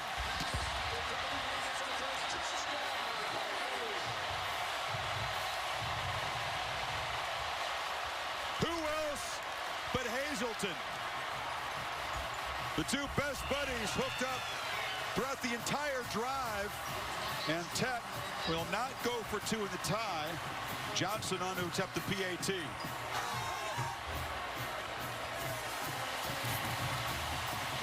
"75 yards, 8 plays, Kurt, less than a minute." The motion is critical here because it sets up what they want. See, Gilman 11, he struggles to get out to the outside because of the traffic. It's basically a pick by these two wide receivers. Both of them will run to the inside, forces Gilman to have to go around them. And when he went around them, he just was unable to stay tight enough. See right there, he had to go around the traffic. The progressive pylon cam gives you a good look at it by going wider, makes it an easy throw, and Willis got it out of his hands quickly. And Hokies strike 75 yards in less than a minute. Hazelton, the transfer from Ball State, he was in the stands with his buddy Willis watching these games a year ago, ineligible to play. Now has a touchdown in all 5 games that he's played at Virginia Tech, and he's had a monster first half, 8 for 92. It's become predictable, but the Irish have not stopped it. 1-point game after a back-and-forth, mistake-filled first half. Mistakes for both sides. And the Tech offense will get the ball, as you said, to start the third quarter. Lane Stadium alive again.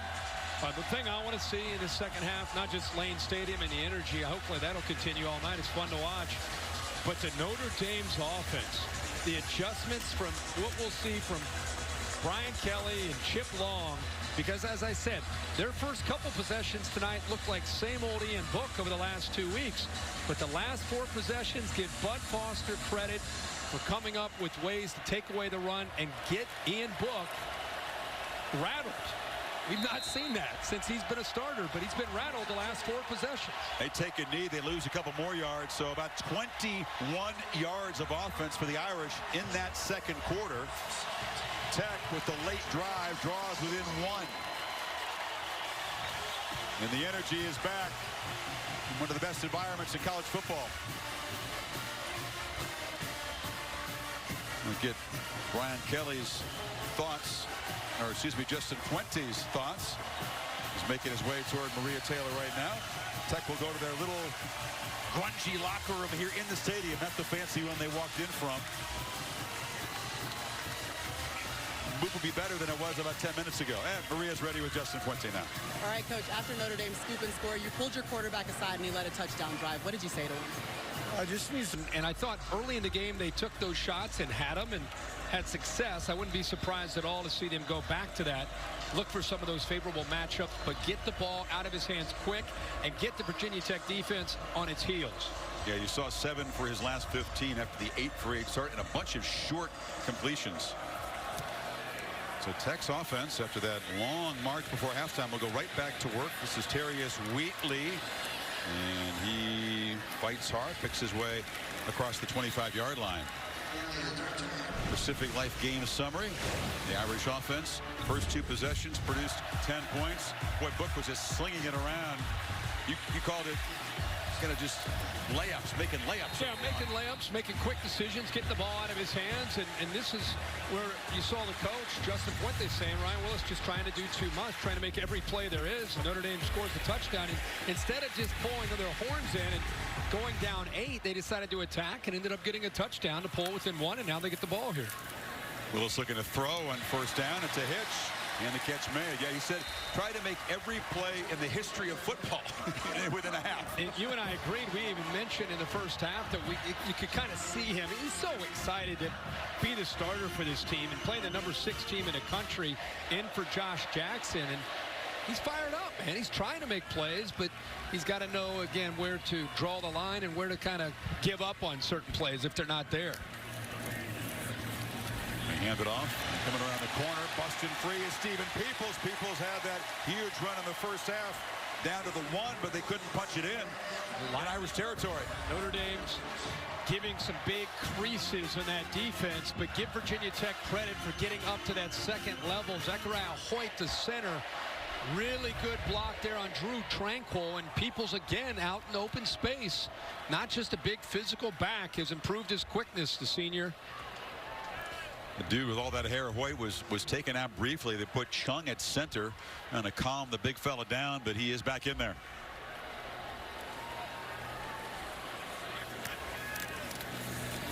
Peoples into heavy traffic. Jerry Tillery just bear hugged him. You haven't seen Tillery as a pass rusher. He's the guy that came in with the co-lead in the country, Kirk, with 7 sacks. He had 4 last week alone against Stanford and has made a name for himself this year. Great length at 6'6", almost 6'7", 305 pounds. You know, they moved him from what they call the shade, kind of the nose guard, to the 3 technique where he's over against a guard. And the coach is telling us the reason the production is up, he's a better fit there for Brian Kelly because they get him involved in more twists and different things, more involved as a pass rusher. Good protection this time with the ball thrown behind the receiver. Chris Cunningham, the tight end. Tillery's a guy, Kirk, in his senior year who has decided that it's important to him. He's not been known for being the best teammate, to put it frankly, throughout his career, but he has turned it on in his senior season. Contract year for him, maybe. Yeah. I think he's a very intelligent young man, and I think football has become even more important to him. And he said that, now you'll see him very committed to film study and trying to look for any kind of edge he can get, especially when it comes to rushing a quarterback in these situations. 3rd and 9. Empty backfield. Irish rush 4, and Willis is flushed and flips it short, but the completion well short of the first down. See, He's knocked down. Chris, this is the beauty, again, of rushing the 4 and not needing to blitz because it frees up eyes to be able to get on the quarterback and be able to react. See, he's flushed. He's got to get rid of the ball. Tillery and company getting after him. You have 2 or 3 different Notre Dame defenders. Ooh, the high snap. And Bradburn had to go up and grab it. And he gets off a good punt. And the Hokie Williams smothered. Drop for a loss. Rayshard Ashby there. Boy, Hewitt makes a great play here. Walker's known to be able to get penetration. Hewitt, and also you'll see the middle linebacker Ashby get involved Boy, great quickness. Low center gravity. They say he's a workhorse in the weight room. And that quickness paid off there. Williams turns the corner and look out. Dexter Williams in a foot race. Can they run him down? No! 98-yard touchdown.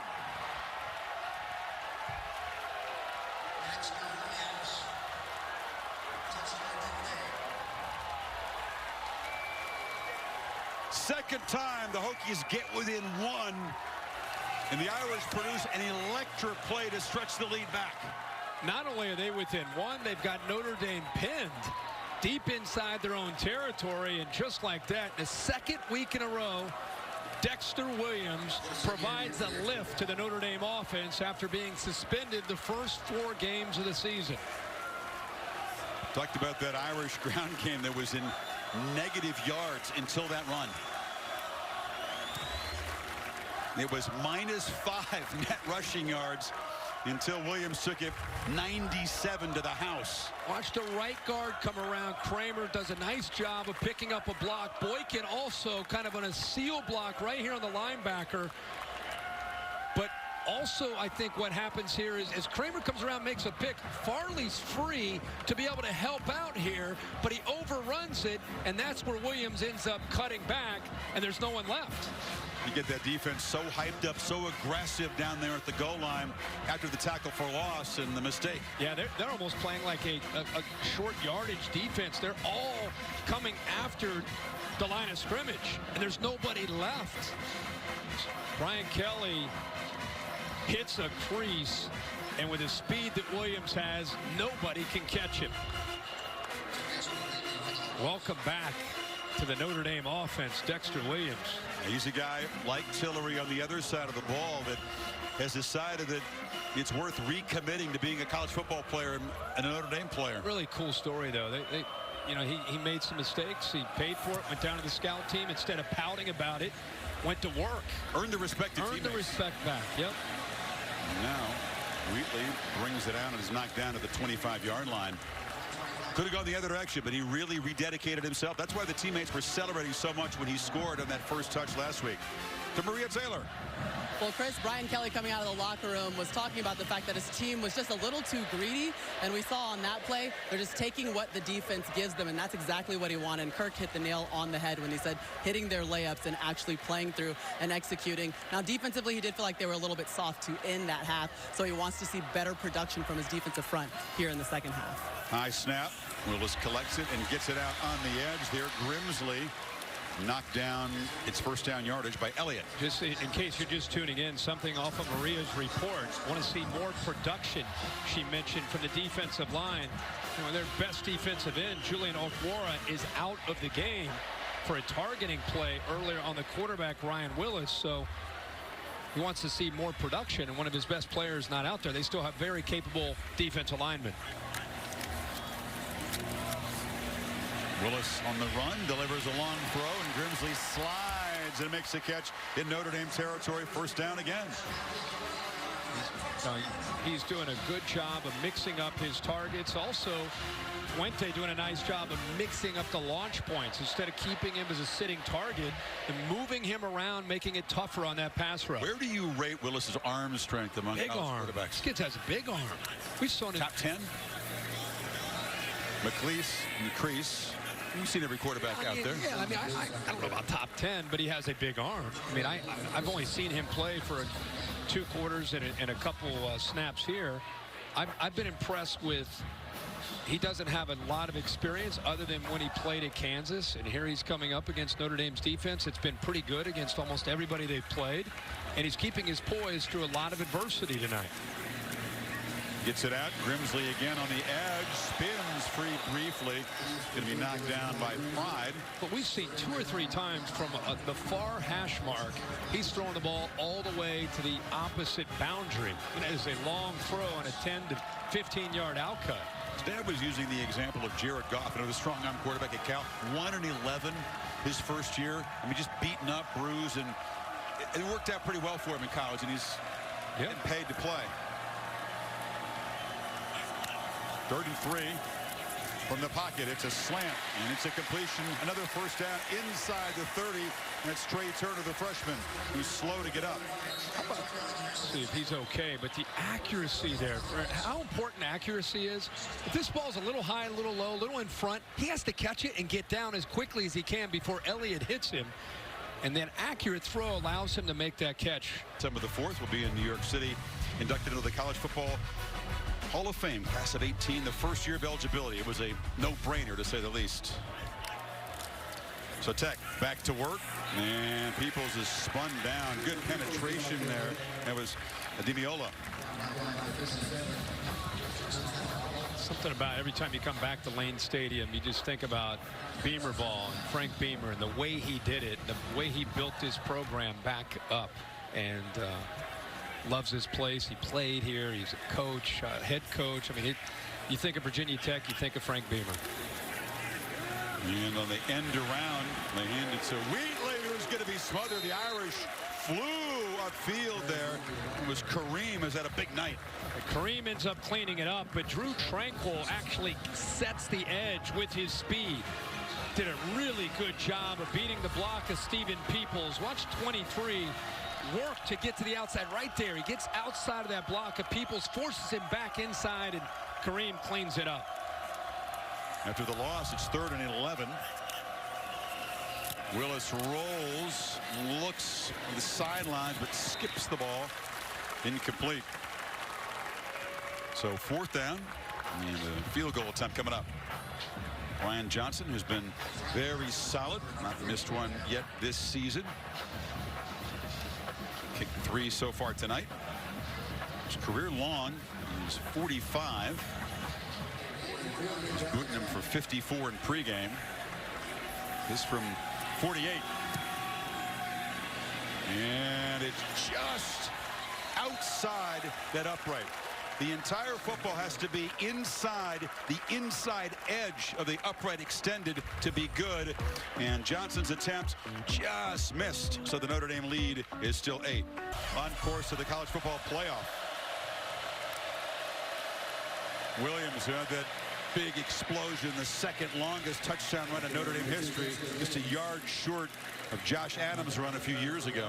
Go back to that Miami game, Chris. Just thinking about 11 months ago when we went down to Miami and watched this Notre Dame team. They're up in the top 5, and the season imploded on them after that game. And you and I talked with Brian Kelly this week. He talked about the energy they put into trying to be able to handle these conditions. It's a long throw. Ooh. Making the catch is Wicked knocked in. There's some very interesting methods he used. Yeah, I was shocked with the different things he talked about. You know, he talked about being in the weight room and helicopters going off, just different noises to just try to create just an unusual atmosphere, and using soccer balls and not telling them about it to just say, figure it out. You know, he wanted them to have to think on their own and survive on their own in tough conditions. Well, on a 3rd and 1, Williams busts through, and just a saving tackle by Floyd to prevent another big game. It was helicopter in the speakers, not actual helicopter in the yeah. Just to clarify, that would have been a little too crazy. Yeah, that would have gone next level. But it's been all about addressing. We didn't play well on the road last year in these tough atmospheres, and this is really their first test since then. He was very confident coming in that they addressed it. Look, pump fake, shot downfield and overthrown again. He's done it a few times. That was Boykin. And there is the meltdown in Miami. A bottle was thrown at the bus. It busted a wind out, and that seemed to intimidate or spook the Irish team. And then the turnover chain came out. Yeah, in force. It was rolling downhill in a hurry, and Miami is one of those nights, 41-8. And Brian Kelly said, "I'll take that on me. I didn't get the guys ready to play, and we're going to learn from that." Play action, and they pitch it far side. And it's a big tight end, Elise Mack. I will say this: they got the lead right now. And this is a different Virginia Tech team compared to Miami, but they've been much more aggressive tonight, much more confident, much more in command than where they were a year ago. And I think a lot of it has to do with Ian Book, and a lot of it just has to do with this an older team, a more confident team. But until Williams busted loose on that 97-yard sprint, they were on the ropes a little bit. Yeah. Excellent recovery. 3rd and 6. Tony Jones is the back. Book Gets a three-man rush, just delivers. That's another one of those layups you talk about. Easy pitch and catch to Fink. Man, Fink he looks like a guy that played a lot of backyard football. Watch him just sit in the soft spot in the zone, just settles right between two defenders, knows exactly where the first down marker is on third down, and he and Book have a great connection. Now the Hokies swarm into the backfield and tackle for loss by Ashby against Jones. Ashby's really become the leader of this defense. They lost so many great leaders to the NFL. He's right in the middle. Nobody picks him up. Eichenberg, no chance. Inside of 6 minutes in the third, plenty of time, but it feels important for Tech to keep the Irish out of the end zone here. Limit the damage. Book has time from the pocket, a long crossfield throw to Fink again, and Caleb Farley, who's toughing it out with an ankle ailment that Maria talked about, comes up to make the tackle. So third and long again, Kirk. And Tech gets him to third down. This is see where Ian Book finds the matchup. On the last third down, it was Fink just kind of settling in there between the soft spot in that zone. See if Bud Foster plays man or goes zone again. 2-by-2 look. They rush four. Book flushed, tries to correct, and flips it wide open. Boykin running down the sidelines will score. The improvisational skills of Ian Book produces a big touchdown. Well, there's the threat of the quarterback run and what it can do. You'll see these guys in coverage. See him break away. They start to chase Ian Book. And it's a busted coverage. And Boykin has enough speed to get it into the end zone. But the threat again on third down of Ian Book showing that he's going to take off, improvising, keeping a play alive. Defenders let go of Boykin, and he finds him, kind of baits them until he makes the throw. And the speedy Farley on the bad ankle could not recover and chase down Boykin. Yet both Hokie defenders bit and played the quarterback. And forgot about the senior receiver who makes his second touchdown catch of the season. And Notre Dame.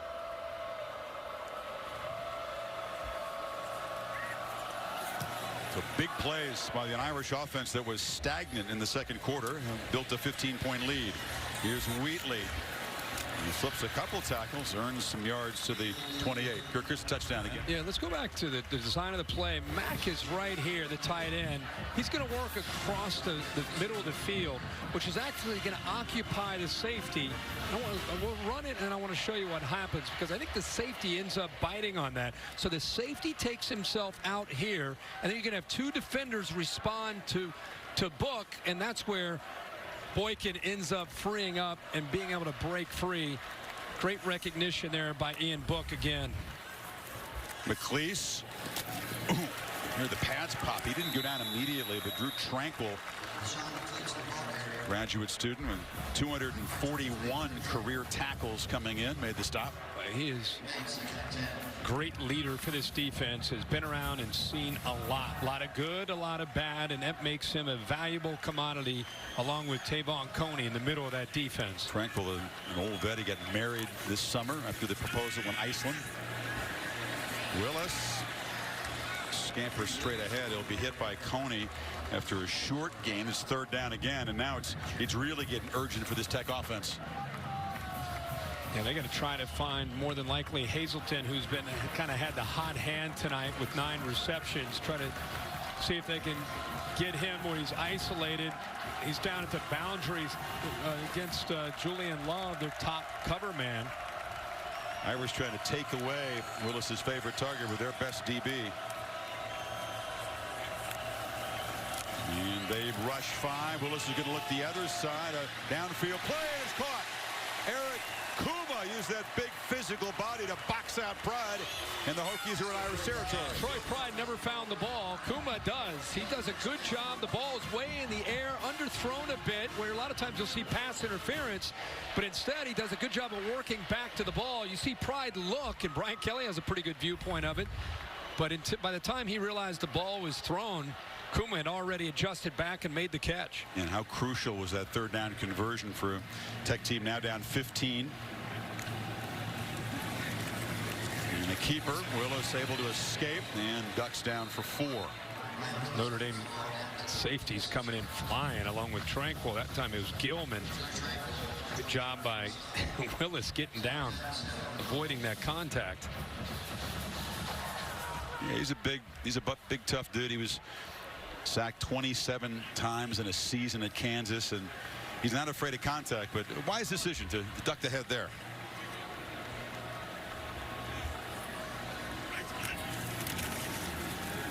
Delayed handoff, and Peoples into heavy traffic. A short gain. It'll set up another 3rd down. Linebackers very active. Part of this scheme, what they try to do is up front, especially in the interior, try to eat up as many of those double teams, linemen as they can, and try to free up Coney and Tranquil and Billall to make a lot of tackles, along with Elliott and Gilman. Those safeties flying down too. Figure Fuentes thinking 2 plays here. So you get the 5 yards? Yeah, you would think so. This is getting close to the 4th quarter. 5-man rush, and they flip it out. The ball, I think, was tipped on the way out.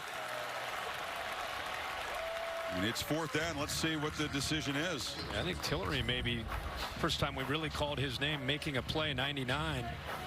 It's a good job. Looks like he got his hand on that. So they don't go for it on 4th and 5. And here comes Bradburn trying to pin the Irish deep. Not just about the sacks. They haven't had a bunch of sacks, but they have affected the quarterback pretty consistently tonight in a variety of ways. Bradburn doesn't get the right kind of spin and rolls into the end zone for a touchback. The All-State bus here in Blacksburg. Curtis piloting into the Blue Ridge Mountains, helping us keep track of all the mayhem. What's your All-State mayhem moment today? I think the Red River rivalry today in Dallas, amazing effort by the Texas Longhorns, comes down to the last play of the game, or the last kick of the game, and the Longhorns come up with a big upset over number 7 Oklahoma. Dicker the kicker, the true freshman. There you go. How about him walking out there? Icy. Just like no big deal. True freshman snapper, holder, and kicker. Red River rivalry. You know what, execute. though, man? That was a huge win for Tom Herman, who has changed that culture in Austin. They are a dangerous football team with a very tough quarterback. And Book wide open, just missed him. I mean, running free there was Claypool. And Book would like to have that one back. Yeah, he had him. Broke free. Looked like a busting coverage by Virginia Tech.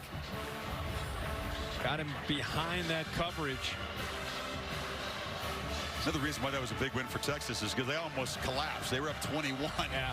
And it was looking like overtime before the Longhorns drove down and kicked the winner. On the edge there. Komet is knocked down after a really no gain. Reggie Floyd stopped him 3rd and long. Irish 6 of 11. And 3rd down tonight.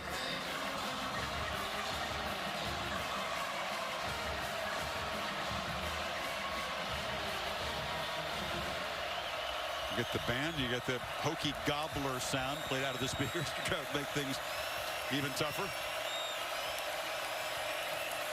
Book blitzed and sacked.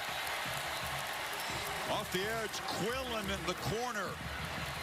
It's 4th down. Yeah, they brought Quillen. They also brought Dylan Rivers with a slant. See the defensive line slanting back into the field. And that creates a 2-on-1 matchup. And Quillen's able to get there because they decided the back had to pick up Rivers. Good call there by Bud Foster. Took a gamble on 3rd down, and it pays off. One bad snap tonight so far to Newsom, who has had 3 punts blocked in his career. Hokies peel back and don't go for the block. It's a line drive boot that is away from Carroll. He fields it at the 40. Jukes around. Spins, is knocked down hard, but Tech will take over at midfield. 21 seconds left in the 3rd quarter, which has been dominated by Notre Dame. Get the McGregor fight reaction tonight on SportsCenter, 1:30 a.m. Eastern time after the Utah-Stanford game. Bucci and Stan Verrett. Look about all the ranked teams facing road test today. And ALDS Game 2 tonight. 6-1 Yankees in Fenway, bottom of the 7th. They try to bounce back, level that series against Boston. Kind of a spooky skies at Plain Stadium. And they hand it off, and busting free. McLeese, good run inside the 40. How about that opened up. You keep talking about the linebackers in the middle and what a good job they're doing tonight. That time Virginia Tech got up to them, and Coney actually came on a blitz. Was picked up nicely that time by Hoyt. McLeese and Peoples getting a little something going on the ground after being smothered by Duke's defense a week ago. But Notre Dame in charge in the third quarter. Up 15, headed to the final 15. Back to Blacksburg. Ball to the Notre Dame 38-yard line. Both teams, by the way, have been outscored in the fourth quarter so far this season. Willis, could be a double pass. Kuma caught it behind the line and took a look downfield, then decides to just run for a couple. Yeah, you're exactly right, Chris. He was taking a peek. He had a blocker in front of him. The tight end, Dalton Keene, he looks like he wanted to throw it. Remember, Kirk, since that game in Philly we called 3 years ago, best known for the Halloween Fright Night, Notre Dame has not had a win against ranked teams on the road. They're 8-12 in the last 20 true road games. So this is really trying to break a trend. It's not just that meltdown in Miami we've talked a lot about. It's the failures against quality teams away from home. Yeah, but I think that's also what Brian Kelly's trying to get this program to grow. I think it's to become a complete program. It takes being able to learn how to win away from the friendly confines. South Bend is a great home field advantage, but you got to be able to take that passion and that energy when you go on the road and play better teams. Saw the win over OU in 12. They're trying to start 6-0 for the first time since that team that played Alabama in the national title game. And it's out of bounds. Love, who had the scoop and score, caught it but could not come down in the field of play. Ball is thrown out of bounds, but a lot of that has to do with Julian Love pushing the receiver actually into that boundary. Didn't give him a chance, took that cushion away and forced him out of bounds. He is a physical, quick, very dominant cover corner. They're going to bring Brian Johnson out for a very long field goal attempt. Notre Dame's confused. They had about 15 guys on the field. Well, I think they didn't expect a long field goal. So Brian Johnson, longest attempt of his career at 53. Irish had 21 guys on the field before the timeout. We'll check with Kataya, but I think it's almost always caught by the officials when you do that. So certainly hope so. I think maybe they were caught off guard. This to cut it to 12, and it's a really long kick. But he's got a really good leg. I mean, he just hammers that, but misses it wide. I mean, the range is awesome for this guy, but he's missed the last two long ones, so the lead is still 15. Confirmation from the officials' hat cam. He's missed two, just by an arrow margin. Came out of it a little bit there. He hit it good, just came out of it a little bit. Is that's your analysis of that field goal attempt? Thanks to Mike Black. I mean, they had a 4th and 8. He goes by that book, the analytics book Justin Fuente does. I guess the book said if you got a kicker who can make it, try to cut the lead. But now the Irish go back to work after that exceptional third quarter. This is a run all the way. Book just rolls right for 3 yards. Ian Book tonight, 21 of 31. 228 yards, a touchdown, the 1 interception. Got off to a quick start. In the second half, because of the nice run by Dexter Williams, Notre Dame's offense has kind of settled back in. And 2nd and 7, Book looks to the left. Boykin makes the catch, and you move into Tech territory. One of the loudest leaders on this Tech defense, Maria, has really had a rough week emotionally. Alshon Gaines. Yeah, you're right. Gaines lost his mother on Monday, and he actually told his team that he wanted to come back and play with them. Coaches left the decision completely up to him, so he returned to practice on Wednesdays.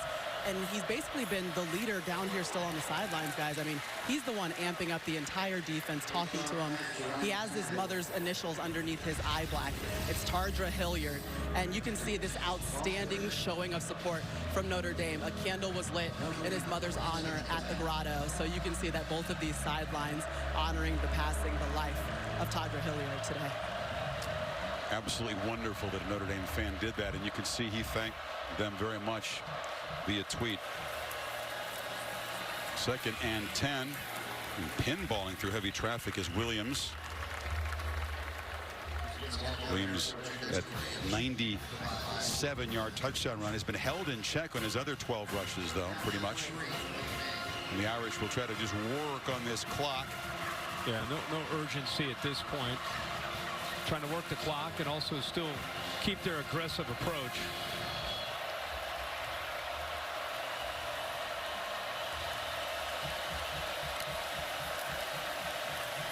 Brooks got it, flips it in the flat, and it's the tight end Mack, and it's another first down. You know, those last 2 throws that he's had, that's been what we have seen from this offense. A lot of quick throws, a lot of, I've been calling them kind of layups these last 3 weeks, but they've been missing layups for the last couple of years. And now they're starting to hit those, and boy, it opens up everything else that they want to do in their running game, and opens up Chip Long and how he wants to call the game as an offensive coordinator. Komet and Mack, between them, the tight ends have 9 catches tonight. Williams tries to bounce this, and he goes around a couple defenders and then lowers his shoulder and bangs for about 4. Ladler forced him out. Now, these 2 quarterbacks with interesting stories. Book taking over for Wimbush. And he's 23 of 33. A lot of short completions. Did have the one big downfield play, the 1 pick. Willis had a fumble that has been sharp. That's our Pacific Life game summary. With Book, it's a lot of the short stuff, and then they'll take a kind of a double move and take a shot downfield. But that short stuff is accurate and quick. Avery Davis, the sophomore from Texas, into the game. His first carry tonight. And a physical run before Floyd stopped the middle. 3rd down. Again, they'll need about 3. Probably the best thing that you could say about him in at quarterback has been how decisive he has been. And when you have a decisive quarterback, it kind of creates urgency within the entire offense. Book lofts it downfield for Boykin, who makes a catch. 1st and goal. He beat Quillen.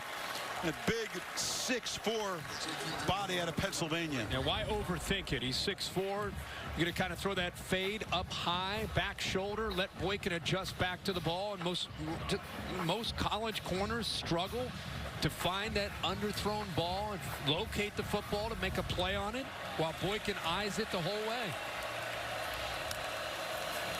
And 1st and goal. Book rolling. Had a man open, didn't see him. Ladler eventually makes the tackle. And Dexter Williams was just kind of floating. Wide open. Yeah, just after the fake, he just was kind of following his fake, looking around like, nobody's on me if you want to throw it to me.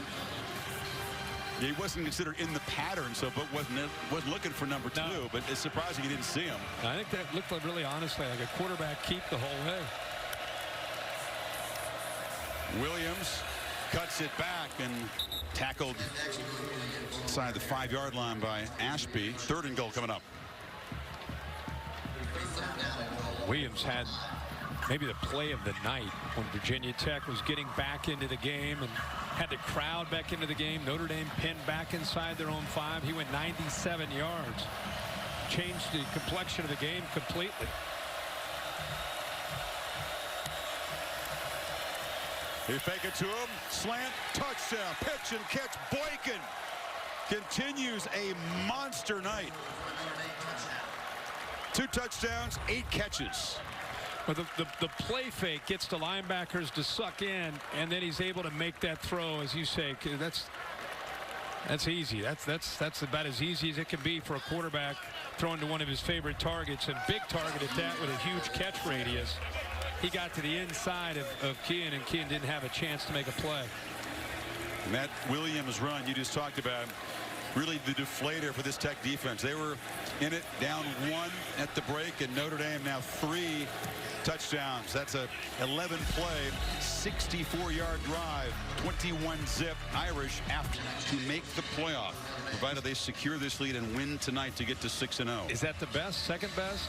No, not the best. Alabama's got to be the best. 106% chance at making the playoff. I think they have to lose 2 not to make it. Let's be honest. Right? Wheatley from the end zone trying to spark this Hokie team with a big special teams play. Had a crease. Hard running. I was only going by who Alabama still has to play compared to Notre Dame still has to play. Top 10 teams to lose today. Oklahoma in that wild, frenetic, highest scoring Red River shootout ever. These 2 top wins are bigger than just wins today. They're great wins today, but what these 2 coaches are doing at those 2 programs, it's starting to really look good in Austin and also Gainesville. And the folks who had Auburn ranked in the top 10 don't look real smart. And the Tigers lose for a second time. Mississippi State a big win. Willis deflected again at the line. They knock him down. It's not about the sacks. They've affected him a lot. And Justin Yoon, congratulations. He's all smiles because he has just set the Notre Dame career scoring record with that PAT. He jumped past Alan Pinkett, the former Irish running back, who set that record in '85. So it's stood for 33 years until tonight. Willis chased again, flips it into the flat. McLeese makes the catch, but it was slow to develop, and he'll lose yardage 3rd and long. And Notre Dame coming after him at this point in the game, and Jameer Jones, a junior, they're rotating a lot of different bodies up front. Mitchin Okwara out of the game. Okay, the guy who's played most consistent up there has been Khalid Kareem.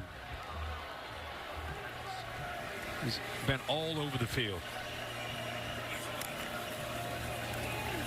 Willis harassed again, gets the ball out, and coming back is Savoy to make the catch. It was not a pretty pass, but it was effective. Kind of fluttered out there. It sure did. He didn't really step into the throw because of the pressure. He almost fell back as he threw it.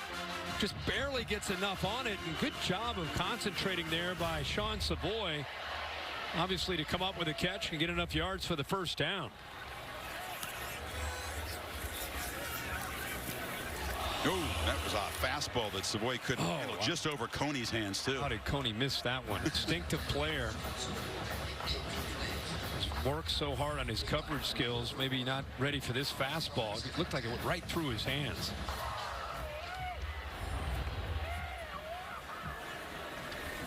Solid middle linebacker, along with Tranquil. Hazelton kind of runs into Tranquil, who had come back to defend the perimeter. You mentioned Notre Dame's schedule, you know, what they have left if they're able to hold on and win this game tonight, which looks pretty good. Where they go and who they still have to play. And we talked all week about the possibility of this being just a different year, a different feel with Notre Dame. And they haven't hurt themselves in any way tonight, obviously. Hazelton comes back to make the catch, and the Hokies convert on 3rd down again. Only have 2 more home games. They have Pittsburgh next week. Then they have a much-needed bye week. Navy will be played in San Diego. At Northwestern, Wildcats are dangerous. We got a great quarterback there. And Florida State looks like they're starting to show some life, athletically anyway. But that is in South Bend, which would be tough.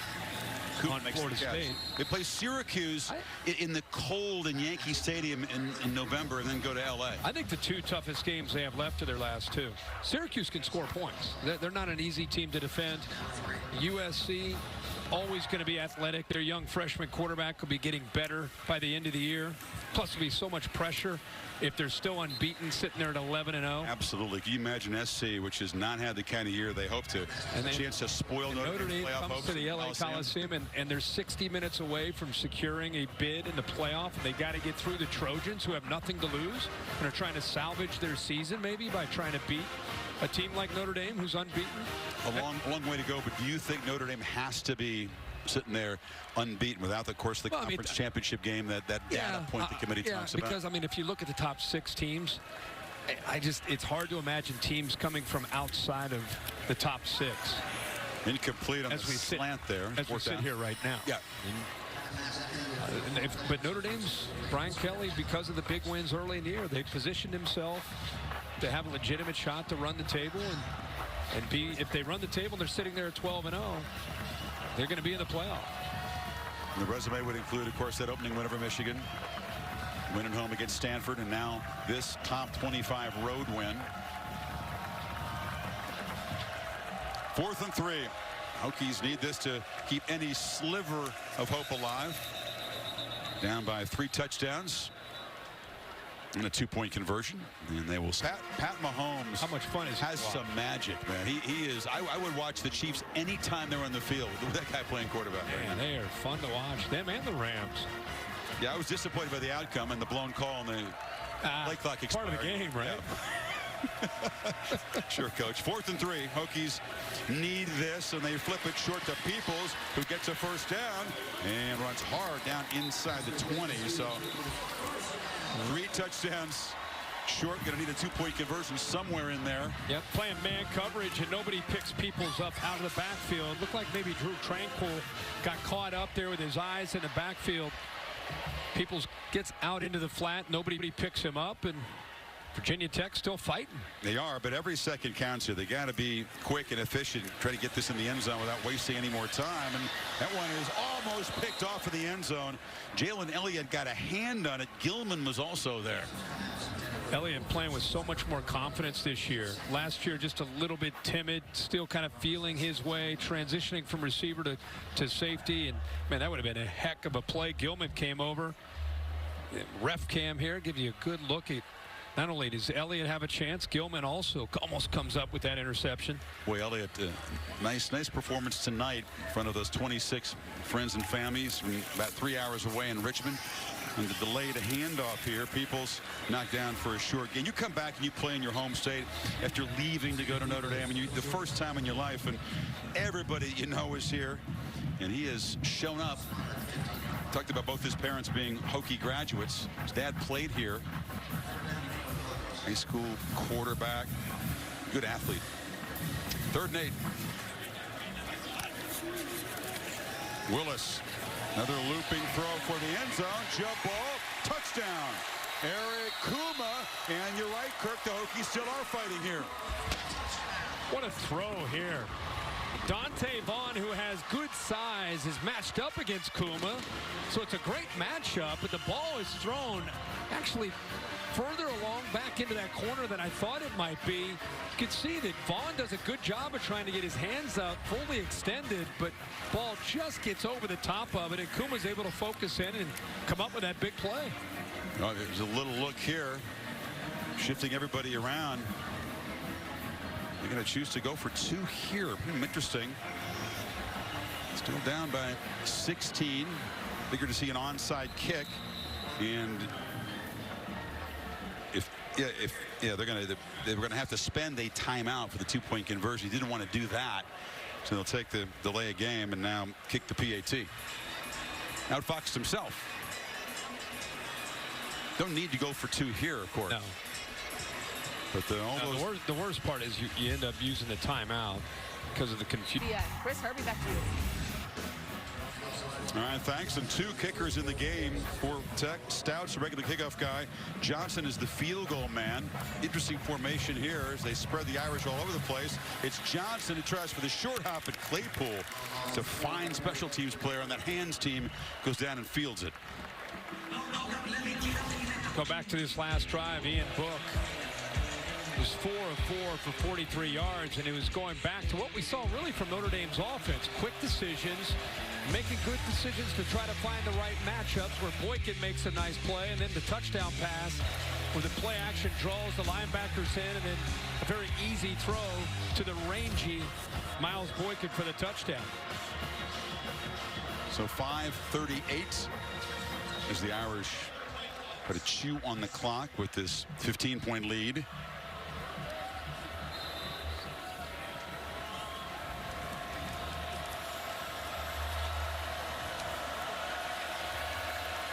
Shift the 2 tight ends to the left. Williams is the back. He's got it. And he cuts back. And Dexter Williams, the electric 97-yard run, really changed this game around in the 3rd quarter. Almost got loose again. 15 schools, all on one network. A new place to call home, the ACC Network, coming next August. Now, Dexter Williams came back last week. Had 161 yards, 7.5 yards of carry. Tonight, because of that big run, 147 yards and 9 yards of carry. Yeah, that big touchdown certainly skewed the average, but yeah, he's been good, man. He's a great compliment to what they're doing with Book in the passing game. Absolutely. Williams breaks free again. Second touchdown tonight as he high steps in. See, the thing is he's physical. It's not just about being quick in space. He can run through some tackles, and he's fresh. They do a good job with him. Just doesn't give up. He's a guy that's running with desperation. He has earned his way back to the good graces of these coaches and his teammates, and that's why so many of these guys are so excited for him after what he's been through, being suspended and working his way back. That's a great point. You used two words. He's fresh, because he hadn't played the first 4 games, and he is really hungry to make the most of every carry that he's got left this season. 31-yard touchdown run. He's up to 178, and the all-time scorer in Notre Dame history. Now Yoon adds another point and extends the record. Opportunity is everywhere. Like here and here. See? Opportunity. Everywhere. About to be parents. Meeting the parents. And this driver logging out to watch his kid hit one out of the... Opportunity is everywhere. All you have to do to find it is get out. Here.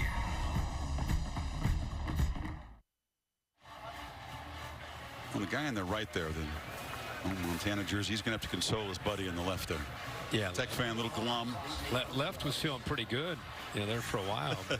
Notre Dame has scored 4 touchdowns after halftime.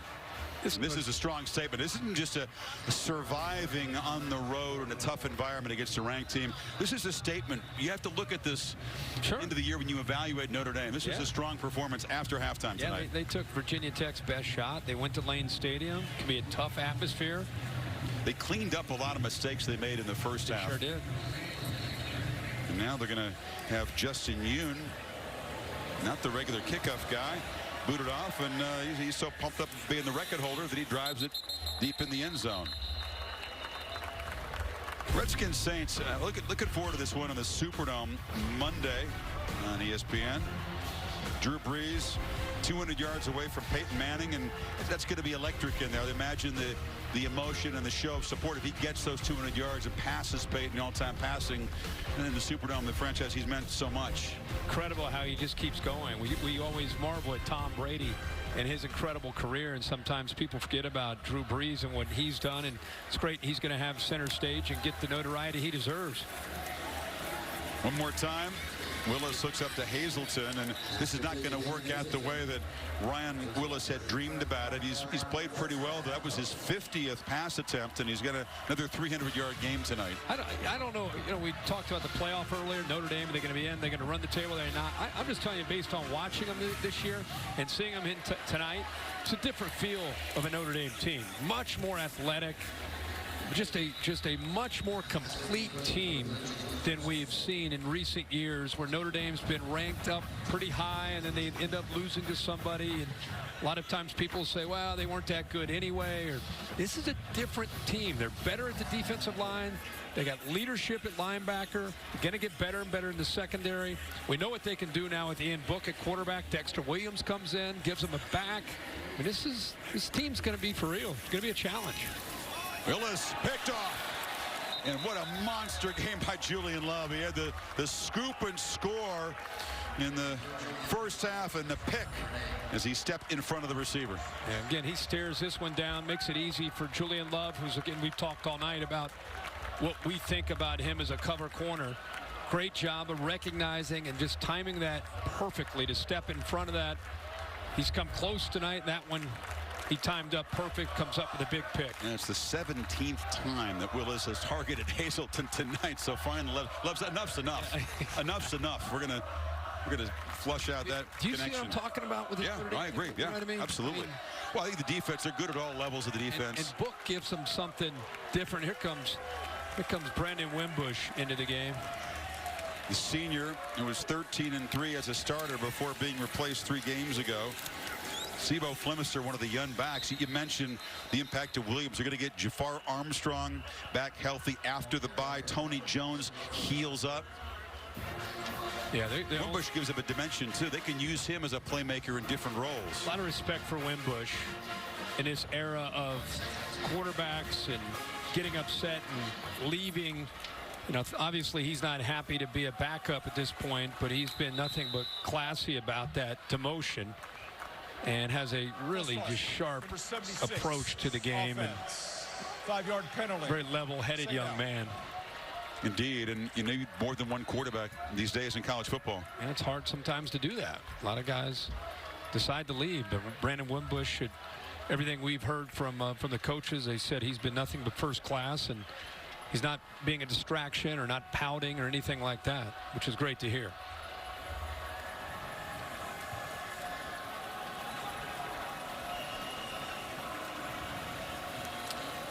Still Flemister in the backfield. He used all the seconds on the play clock.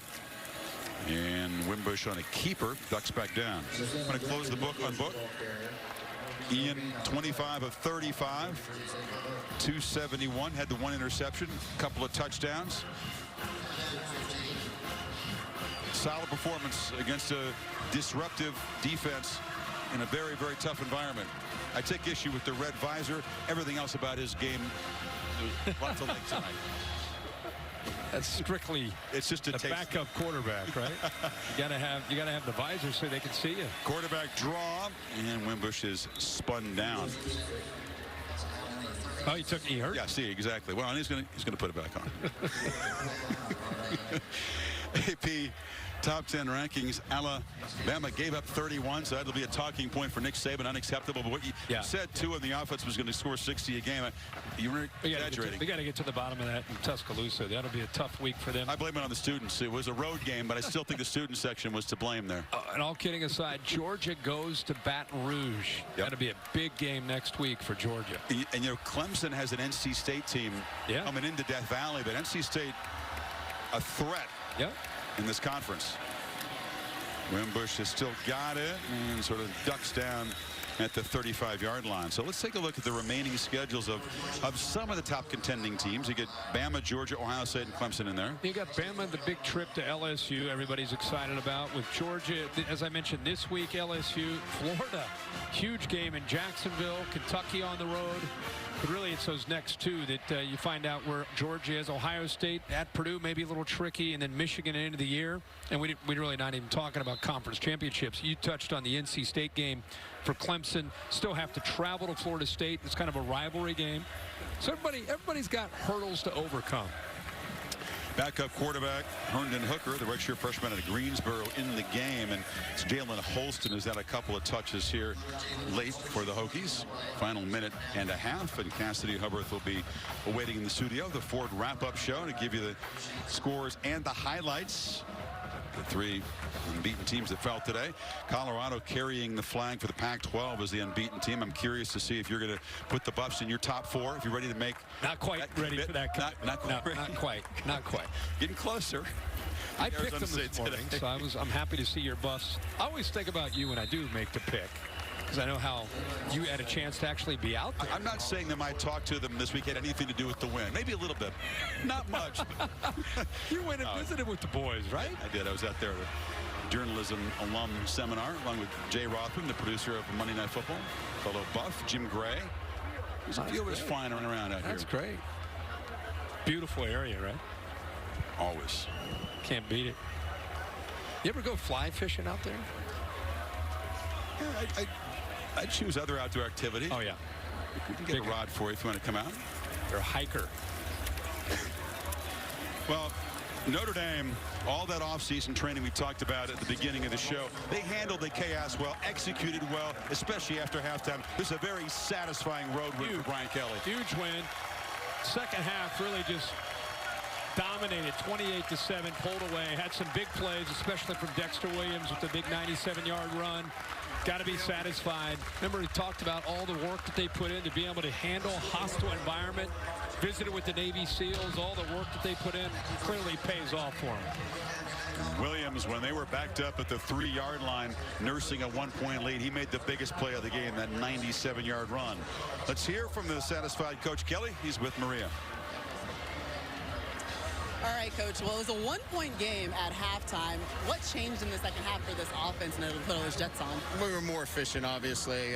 We're a little sloppy at times in the first half, and we just said, listen, stop going outside of what you can do. We were trying to do too many things, and we just got back to doing what we're good at, and I think we settled down a lot better. We ran the ball. We had the big run, obviously, off the goal line, which got us a lot of momentum, and a couple of big turnovers. Now, you've been training for Kaos. You wanted to see how your team would handle the challenge. How would you rate their performance? I thought they handled the environment quite well. I don't think that was the issue at all in the first half. We got off to a great start, and again, when you make plays, you quiet the crowd down, and I thought we did a great job with that. This was the first major challenge for Ian Book on the road coming into this environment. What did you see from your quarterback? He did a nice job. He led our offense. We put 45 points on the board, and we can play better. But it's good to get him on the road, get this first kind of test, if you will, because we're going to have to play 4 on the road in November, and